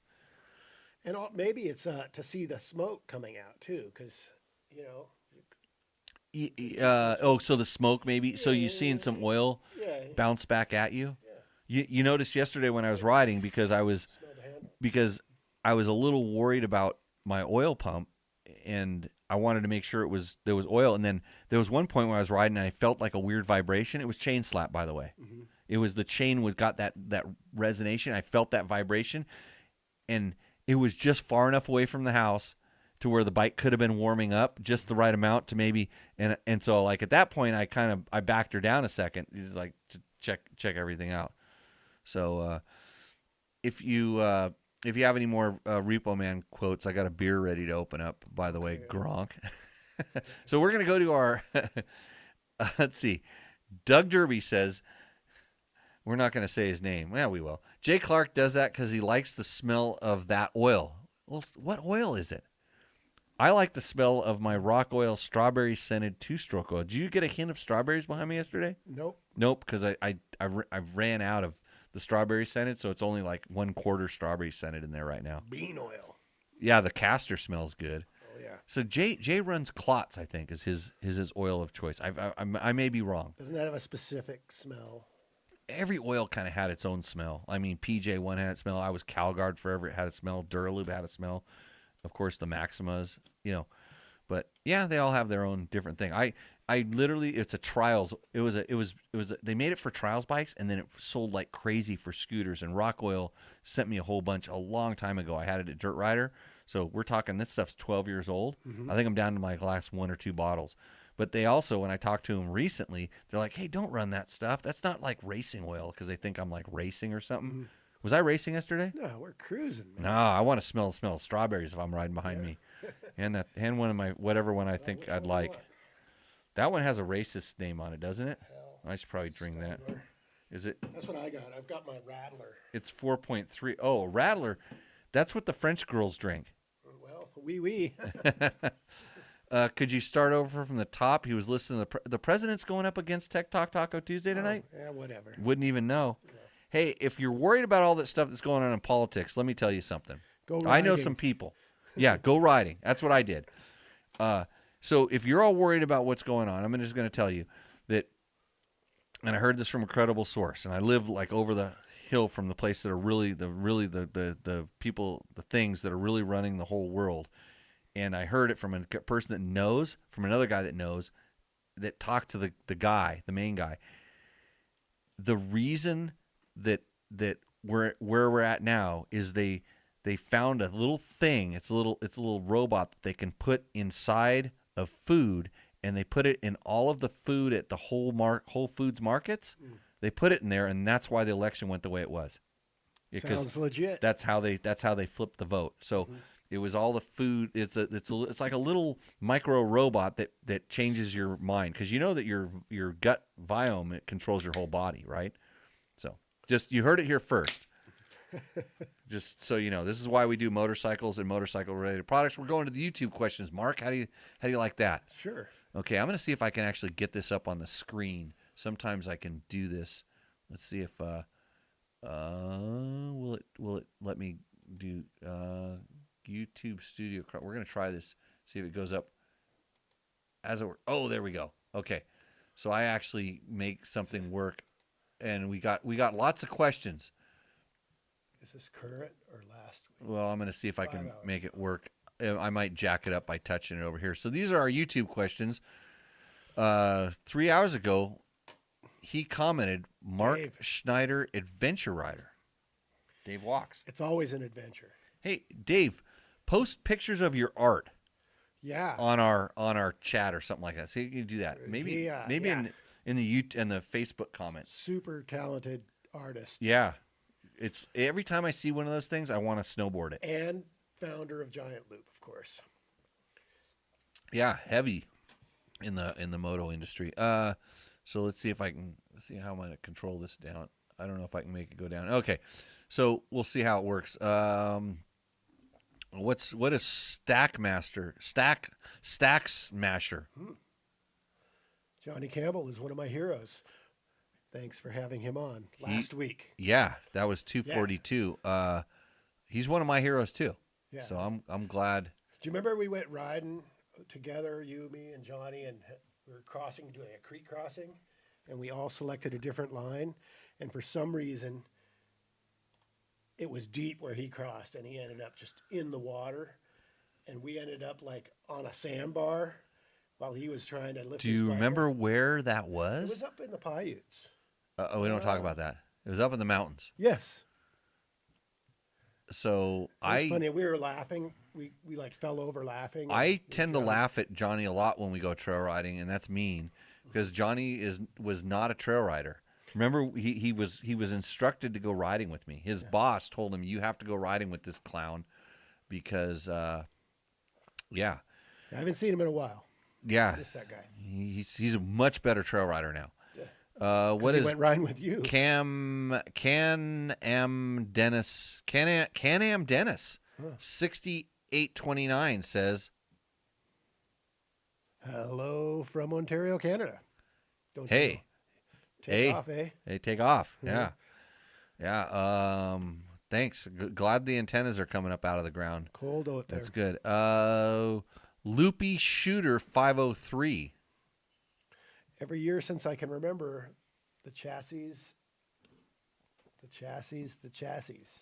What the F? Every one of them have been good bike.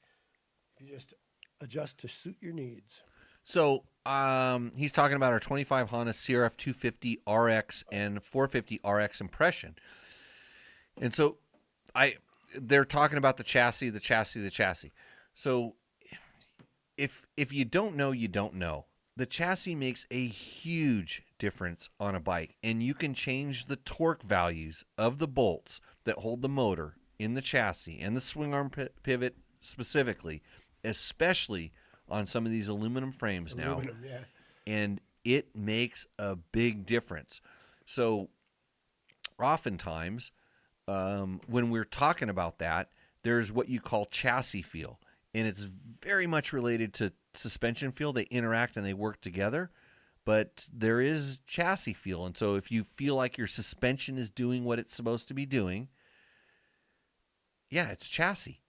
And so what the F? Every one of them is in good bike if you adjust it to suit your needs.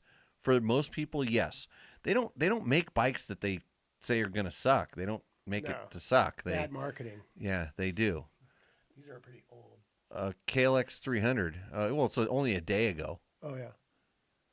So what does Doog Mangi? He wants to ride a KLX 300. He loves Suzuki and Cowie. Do I need to make the type font bigger, Mark? Yeah, I can't. Okay, hold on. We're going to see. It could blow up the entire Oh boy. KLX 300 just went on sale. Basically, that's what he's saying. The KLX 300 went on sale. Yeah. Everything's going to go on sale. Everything, yeah. Yeah. So, he's talking about the Big Bear Trail Ride. MSR just dropped $300 to top it off. Okay, good. What does Thompson Racing 2294 say?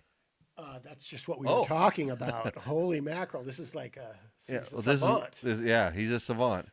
Why do people put their hands behind the exhaust and rev the piss out of bikes? Does it have a purpose or just cringy? I think it's to smell the oil. Okay, you think it's smell the oil. I think it's sort of like, you know how dogs piss on tires and we don't know why? So, like, why do dogs piss on tires? Mark their territory. So maybe you're putting a little two-stroke smoke on your hand and marking your glove? I don't know.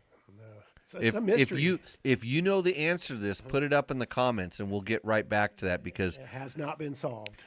do you kind of, I don't know, do you when you do it, do you kind of go limp wrist a little bit so that your fingers flap? Yeah. To see if there's how much How much velocity? pressure. Yeah, maybe you're checking the exhaust velocity to see if the I was always like checking for moisture for some reason. moisture. Yeah, I don't know. Like, what kind of head gasket are we running? Get a little head gasket out of there? Okay, Zook 291. Just did a full rebuild of my 2009, and I'm coming off a 2019 250F. Something about this generation of Yamaha was spot on and sold me going back to an older tech because it was good. That's in regards to the rebuilt YZ250. So that YZ250 chassis is the same since 2005. And If it ain't broke. it ain't broke, don't fix it. I think that's one of the better handling chassis. There you go. Just overall, it just does everything really nice. It's a single backbone. They weren't trying to do the twin spar stuff. And chassis. Yeah, back to that question. Yeah, get your chassis. There's certain versions of certain things that people really like. I love my YZ125. Of course, it's a 125, so it doesn't have any power. So you can't really flex the chassis out of it, but my weight can flex the chassis. It's pretty good. And then last week we had to talk about, like, do aluminum chassis wear out? And the people are telling me now they're getting so much less rigidity in certain areas that they're starting to feel them wear out, kind of like the old steel ones did. So Interesting. yeah, I can see where you can go back, and 2019 was kind of that was where we started letting them flex a little bit more in certain areas, I think. So yeah, good. What is Cam DeCoste 4837? He says, I got one JD jetting Yep. on my 250 EXCF with a 4.1 FMF. Bike runs great and gave it more power. It's a lot more fun now compared to stock, but it does have a little bit of backfire and shooting flames. LOL. It's pretty sick sometimes. I feel like that pops too much, and although it seems like it, I'd like to tune it down and get rid of the pop. If you're going to Any thoughts? He wants your thoughts. take So it this is to a street takeover, and do some donuts and Rev it. Yeah, rev it as Rev high it? as you can. Well, okay, so Cam, so the JD jetting tuner is just like the Dobek tuner. There's a lot of these tuners out there that it interrupts the signal that comes from the ECU to the fuel injector and changes the open time of the fuel injector, and it's very sensitive, and it basically it based on RPM, and it knows RPM based on how many pulses it's doing. It can kind of alter the fuel mapping. And so the backfire and shooting flames is a lot of times coming from a slightly rich mixture that Pre-detonation, Joe? no rich mixture, and air is being introduced someplace into the system, usually like a header leak or more typically a head pipe / muffler junction leak. That's where the air is getting in, and it allows that unburnt fuel to ignite. Or maybe you have a spark arrestor or something in there that's allowing stuff to pool up, for lack of a better term, and then when it gets oxygen, it can ignite. And, you see it on, a lot of cars and stuff like that where, a lot of times it's when they kind of go into over rev because they do a spark cut and then unburnt fuel goes out. And then when it gets out, everything's so hot it's able to catch fire. Or sometimes when they let off because there's a rich mixture at the zero throttle / higher RPM. So you've let off the throttle and it's actually not burning all of it because there's no air going in there. Right. So it's a rich mixture. So there on the JD Jetting tuner there is the idle speed mixture that can be leaned out a little bit, that kind of alter it, but they will also pop in a certain way. It's a little bit different, but they'll pop when they're too lean. So it's a matter of figuring out. The good thing with that is just a matter of pushing a button. You don't have to go inside the carburetor and get your fingers gassy and play with jets and all that stuff like that. You can kind of alter the different things. So sometimes it's the low speed. There's the I forget the colors 'cause I haven't played with it for a while, but I think it's the green throttle zone. And then there's the idle speed or the idle mixture that the minute you crack the throttle, it's off that and into the green. And if you play around with those, sometimes you can get rid of that popping. But I would look at the exhaust junctions first to make sure there's no air. And look at AI wants to answer this question. The backfire is pretty typical, but you could try lowering the needle clip one. Or I could say, we'll try to put some deeper videos out. We'll try to put some more videos out that go deeper. What should I tell him? I think you should print that on your Facebook page. That sounds like a good. I think I should tell him that if he sends me money, I will tell him what I really think, even though I just Jewelry did for too, free. maybe. Jewelry. Oh, send him some jewelry. He could, yeah. From who? What's her name again? Oh, I don't know. Lana? Zoe. Zoe. Okay. Yeah. All right. So the other question, we got to get to Jeff's question. So he says, "Hey Trev and Jimmy, like asking Trevor a question is useless because he doesn't respond. He just makes videos. He goes riding motorcycles and makes videos and doesn't do his homework and thing." Jeff says, "Sending this question over from the YouTubes because I don't know if we're going to get to it, but I think we are." He says, "I'm wondering if the stator and flywheel from the CRF 450X will fit on the CRF 450RX. Last week, I asked Jimmy and Johnny if California is moving away from green sticker restriction might influence Honda to redesign the 450X. I will tell you right now, Honda is not going to redesign the 450X for a long time. What was it? What was the first year? 2005. They did a minor upgrade in 2008, and then it went to 2011 or 12 or 13 or 14 or 16. I don't know. They're not going to change it. Perhaps lighten it up and unrestricted. He had to. Remember that unrestricted that I got the text. Yeah, unrestricted. So they're not going to do that. The bike is going to just be the way it is. It was designed to be that way for a long time. See, Jimmy was quick to respond, "Go with the RX," because I think the question was, you were asking about wanting a more aggressive bike. I don't know if we started talking about why you would want some of the stuff. And so he says, "I would agree, but there are some features about the X that make it a nice choice also." And he's exactly right. 6-speed gearbox, lights, and the chassis is different. So you know what you need to do, Jeff? You need to go check out the bike and talk to Johnny and Preston and Ricky Brabeck because they're racing the Mint 400 this weekend. They will be riding a bike.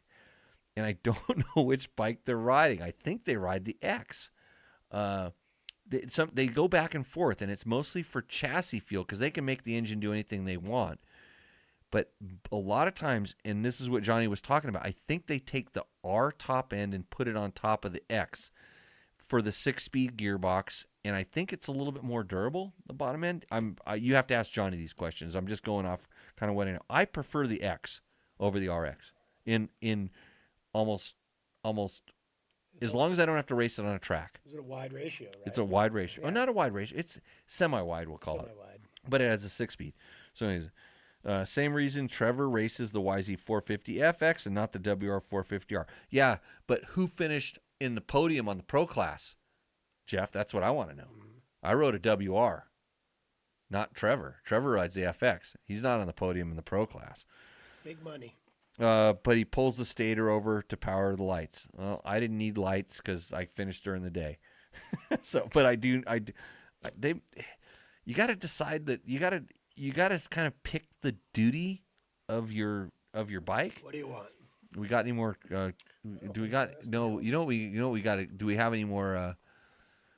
Fire flannel that guy's got on. Well, the whole family. Sarah Schneider. Yeah. Wow. It's a hate. Mark, look at that. Turn up your volume. Dixon. Yeah. You're not talking loud enough. No, sorry. AI says hand behind the muffler for a quick temp check. Ooh. Oh, that's AI stupid. Yeah, you know. Yeah, it's going to get you to do all kinds of stupid stuff. The old 450X is a legend.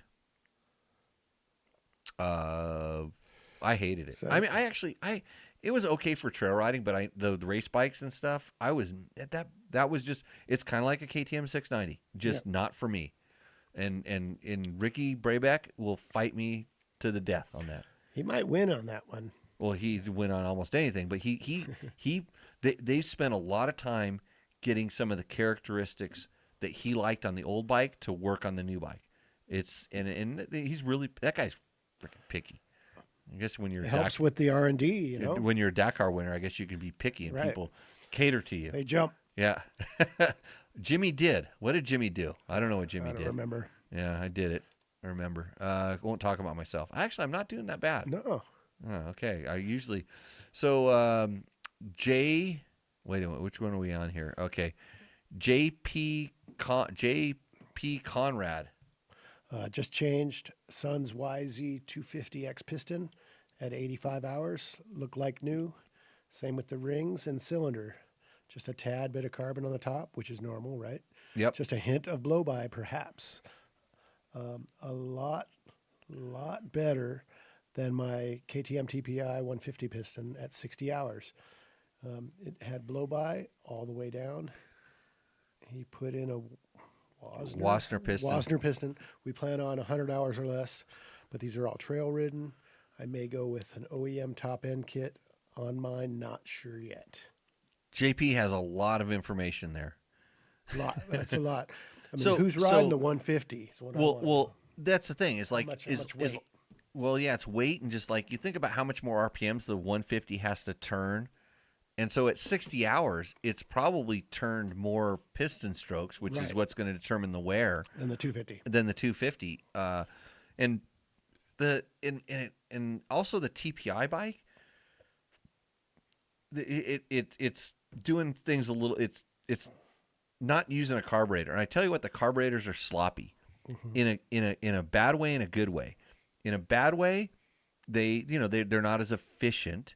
And they don't burn as clean, although they're pretty damn good. But it also has a little bit extra gas in there. You're mixing the gas where the TPI is doing kind of that for you. And then blow by all the way down. I mean, all these pistons kind of look like they have blow by all the way down. The pistons that I kind of have on the table here, but they really don't. I mean, if you look between the rings, that's where the blow by is. There's some. This one, 130 hours, it has a little bit of blow-by, but not much. So, yeah. And What was the question? Just Sun's. His bike. I'm just guessing And his bike is the 150, because then So he's gonna the Wasner. So the stock piston. I don't know that Wasner's making the pistons on the 2-stroke. Those are the 4-stroke ones, I think. Not sure. Yeah. You can never go wrong with stock. I threw a Wiseco to test it into my KTM 300. Seemed like it was working good yesterday. Mm-hmm. Yep. I have another question about a YZ250 piston that a guy sent us a picture where the coating had come off after only a few minutes of, the moly coating that they put on it.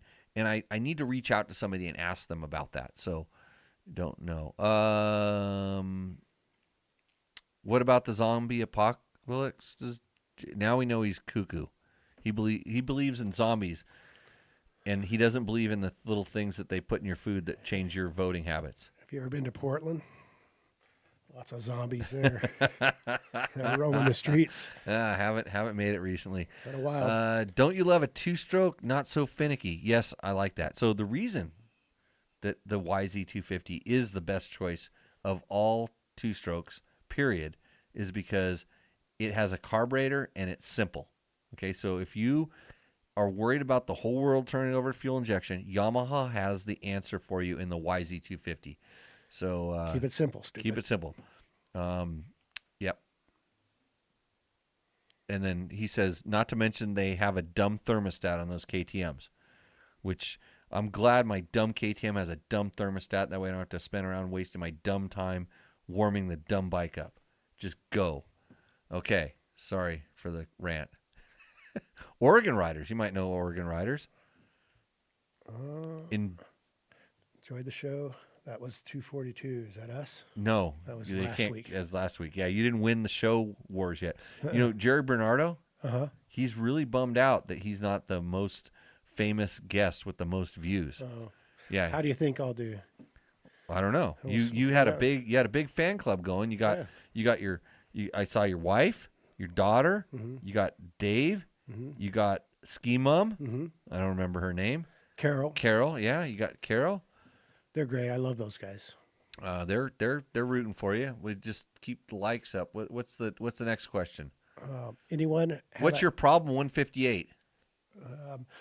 Anyone have a handle on the super thin head gaskets that can be used for adjusting the squish? What the hell are they called? Super thin head gaskets? Yeah. Well, more compression or what? So this comment, the video he commented on was called "How to Find the Correct Base Gasket Thickness on KTM two-strokes." So the KTM two-strokes have O-rings in the head. So it's right now you have the super thinnest head gasket you can possibly have with no head gasket. Metal on metal. Metal on metal. So it's I think that what you can do if you want to adjust the squish is like we talk about in the base gasket thickness. That's what you're adjusting essentially. You can mill the head, right? And you can always mill the head. And then you can always run race gas. And you can always wonder why your bike's seized. And you can always wonder why your bike seized after the one time you had it jetted perfectly or whatever with your race gas, or you never jetted it for the race gas you're running on your fuel-injected bike or whatever it was, and you had to put pump gas in it, and then it detonated itself to death. It's like, what are you trying to do? If you want it to run 10/10ths, you need to talk to somebody who knows what the super thin head gaskets are called. O-rings. Asher Leto says, bummed I missed this podcast. My good friend said Johnny Campbell. You don't have to miss it. You just sign up, subscribe. Yeah. You subscribe on the YouTubes. It's on the YouTubes. Subscribe on the podcast platforms. It comes. They'll send you and you'll get a notice. It'll download automatically. I don't miss any. I don't have a chance to listen to all the damn podcasts I subscribe to because I'm so busy answering these stupid questions. Your good friend says Johnny Campbell was a cheater. Huh? Yeah. Well, every desert racer is a cheater. Wait. No. My good friend said Johnny Campbell was a cheater, and I wanted to ask if he was. Wait, would you have asked that on the show? You can hide behind a screen name and ask that question. Right. Let's see. We actually talked a little bit about rules and bending them. We were talking about how the digital road book being prepared for the digital road book in Dakar might have involved some rule bending on certain teams' part, but it somebody could say cheating, but you're sitting here amongst people, and I'm a race promoter. People try to cheat all the time, and guess what? They're not as good as I was, and I never cheated. I just took the rules to the limit. If you cheat, I'll disqualify you, and if I cheated, I felt like I should get disqualified. We always played within the limits of the rules, and especially when Johnny was racing for Honda, it's funny because the one that what's the Baja Glory Dust Glory. Dust of Glory shows him dropping down on the beach like it was a cheating move, and I Isn't don't it like a 100-yard of the ribbon. There's something like that. You know? I don't remember if they had VCPs back then or how they were actually policing this kind of stuff. But And we used to do that. You know, you got a whoop trail and a sand wash. in a desert race. Yeah. Yeah. And the sand wash is faster, and it's less than 100 yards off. That's legal, right? I mean, it's thinking outside the box. So here's Ashley Lito. Ashley Lito's he's a long time watcher. He says my friend was at the line at JC at Carlsbad GP back in the day. Well, guess what? He beat me too. Mm-hmm. Okay, Johnny beat me at Carlsbad, and it pissed me off. And it wasn't because, as he says, it was a clutch hand on the helmet start, and my best friend JC would not put his hand on his helmet. But let's pretend like we're gonna do a clutch. Which side's the clutch? It's this side. Let's pretend like we're gonna do it. What are you gonna do, Mark? You get your hand as close to that clutch lever. I got a funny clutch lever story. Are you ready for it? And guess what? And the whole time you're flinching, and you so if your friend, and I'm not standing up for Johnny here. Johnny's my friend. I'm not standing up for him. I'm just telling you the way it is because I would do the exact same thing. If your friend was able to watch where Johnny Campbell's hand was while this start was happening, Was he a racer? then or was he in the, wasn't in the crowd? paying attention to what he needed to be paying attention to. Okay, I got a good story, real quick. And he did it even after his friend called him out for it. I think this was back in the 80s, so I doubt he remembers. Okay. So I got this story. It was He's probably right. I think it was VCM Viewfinders MC down in Riverside, the last race. Yep. And Tom Willis, remember him? Yeah. Oh, yeah. He was on an automatic. He's in the Husqvarna. checkers, which means he's automatically a cheater. Yeah. They cheat no matter what. But he was on an automatic Husqvarna. Right. And it was a hand on your head start. Uh-huh. And about 5 seconds before the banner drop, he just pinned it. And it was just, everybody else had their hand on their head, and he was going down that front stretch of pavement Yeah, he's gone. and gone with his hand on his head because he had an automatic Husky. And they said you had to keep your hand on the head till And it. he did. Yeah. And I remember that watching him. I That's pretty don't cool. want to give away my secret for hand on the head starts, but I have one that's like this really good. Oh, hey, back to that question about have you ever abused magazine bikes and stuff like that? You want to know something about the hand on the head, Ashleyito? You want to know what Jimmy Lewis does? Fucking tranny slam. Yeah. Just a full. So. I'm not racing anymore, so I'll tell you what to do. So, because they still do these a lot of Grand Prix and stuff like that. So here's what you do. This is the nugget that you listen to this show for, especially if you're a racer. Nobody listens to racers. They don't listen to this stuff. So you know how you pack your line in. Everybody packs their line in. I used to bring a 5-gallon water barrel. Right. So you have your line at a Grand Prix or something. They might have watered it before, but so what you do is if you're allowed to beforehand, you would actually go and do a proper start and make a nice straight rut, right? And so you made a little bit of rut. And then if you're going to do the tranny slam, you fluff in for about 2 wheel rotations. You fluff in the dirt on top of it, and then in front of it's a rut. And so basically when you drop that thing in, it's going to spin. It's going to spin and it's going to rev up so it doesn't bog down. And then you're going, and then the rut is there to catch your tire, so you take off straight when it finally starts gripping and going. And if you're in the right position and stuff like that, you're way over the front. Yeah. And this is before hole shot devices and stuff, because with a hole shot device it would make it easier. So you kind of have this RPM that it'll still drop in. It won't just grind until you hold it at this. It's kind of like a slightly elevated RPM, not at idle. Right. And so you can drop it. It's not going to stall, and you can just roll it on. I used to get such big hole shots at Grand Prix, and everybody thought I was cheating. And then this has been video cameras just coming out. Everybody had a video camera. Yeah. And so they videoed me, and they're like, he tranny slams it. And it was the people that are videotaping didn't want to say that out loud because they realized the secret, but they didn't know all the stuff behind the tranny slam. So So, these days, tranny slam has a whole different meaning, I think. Yeah, These days, tranny slam has a whole different meaning, I think. These days, tranny slam has a whole different meaning, I think. These days, tranny slam has a whole different meaning, I think. These days, tranny slam has a whole different meaning, I think. Oh, really? Well, we can talk about tranny slamming tonight on Tech Talk Taco Tuesday. Yeah, and do I have to put now since I said that, do I have to check the offensive comments on this thing? I don't know. Let's see. We got a lot of wait a minute. What does Stefan Bryson say about my AIM Expo take? Let's see. He said, "You got that aged look." That's right. Thanks. Yeah. We all old. You never know how much a little tranny slamming will age you quickly. We're old. We're bald. Yeah. We wear hats. Let's see. I got a 6-inch long chest hair. Want to see it? Let's see. Jay, I noticed you don't have the yellow circle near the valve stem on the rim lock. Oh, doesn't matter. Where is the preferred position on the rim for the yellow circle on the sidewall of the tire? That's, I'd call Jay right now, but I'm not gonna. Do you realize this is a dirt bike?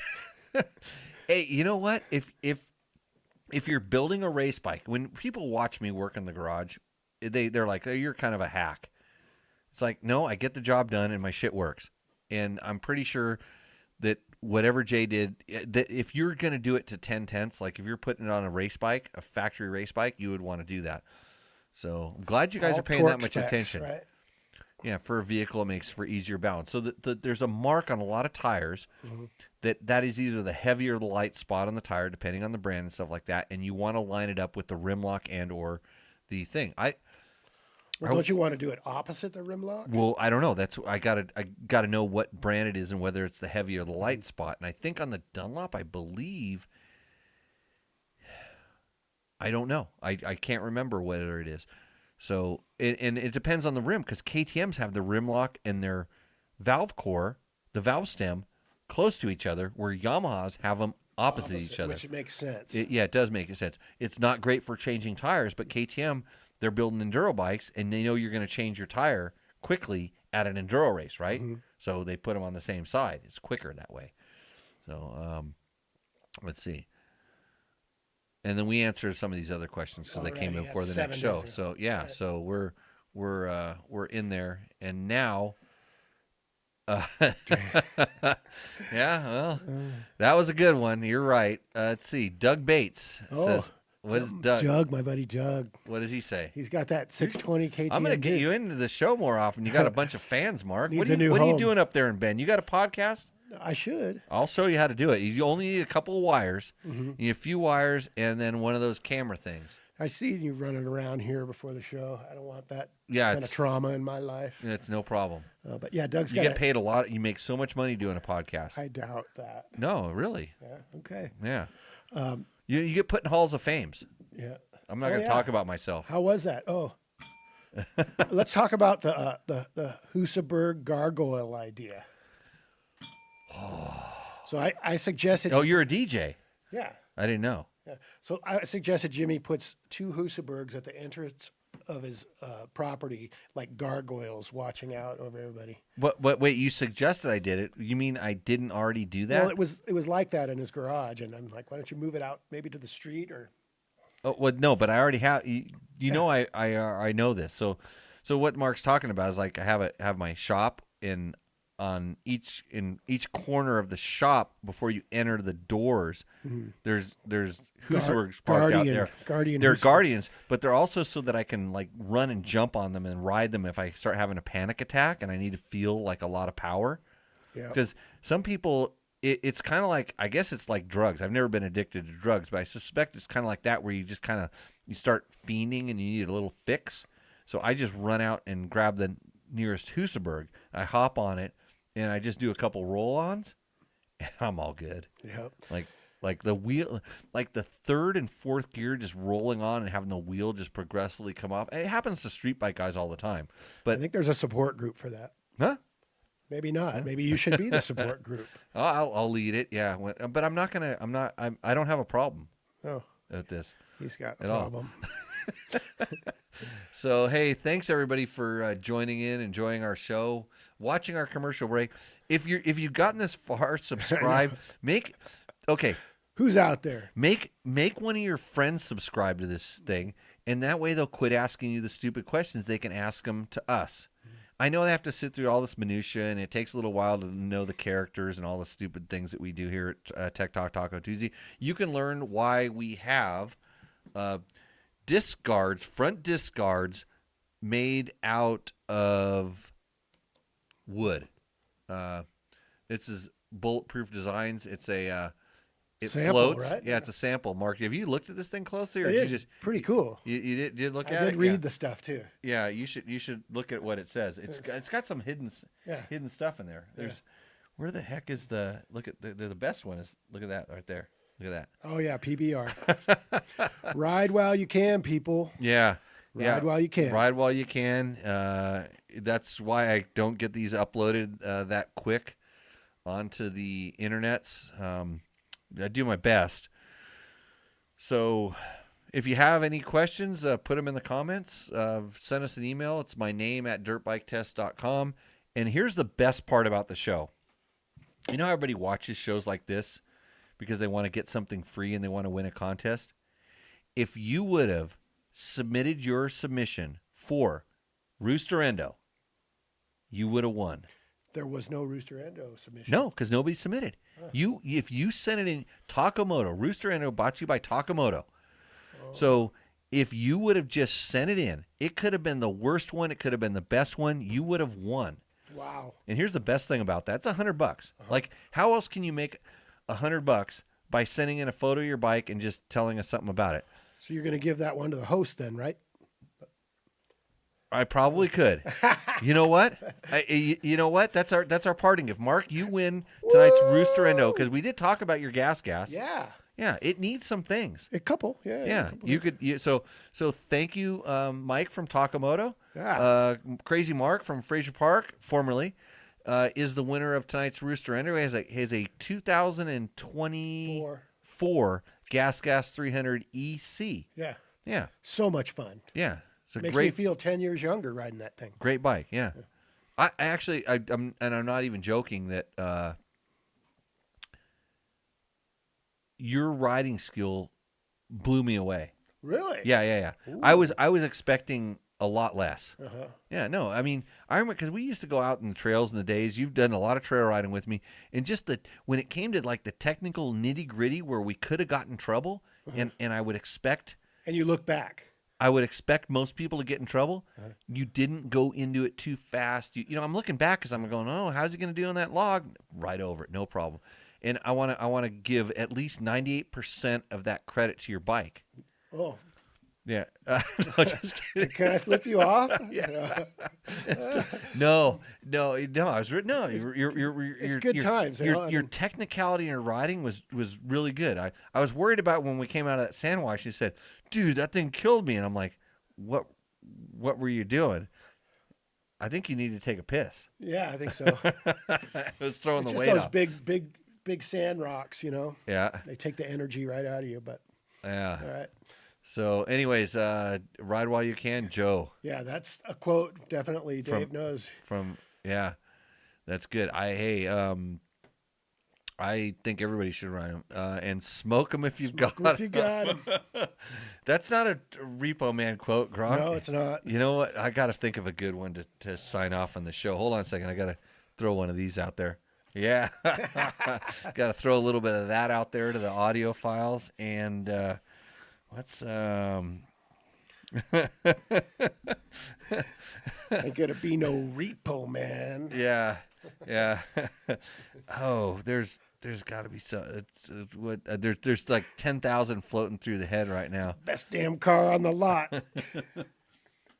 Hey, Mama, want to take a lift? Yeah. Cheers, y'all. Shit, girls pay to go out with me. I bet you're a used car salesman. Okay, we'll see you on the next one. Cheers, everybody. Bye. We're out.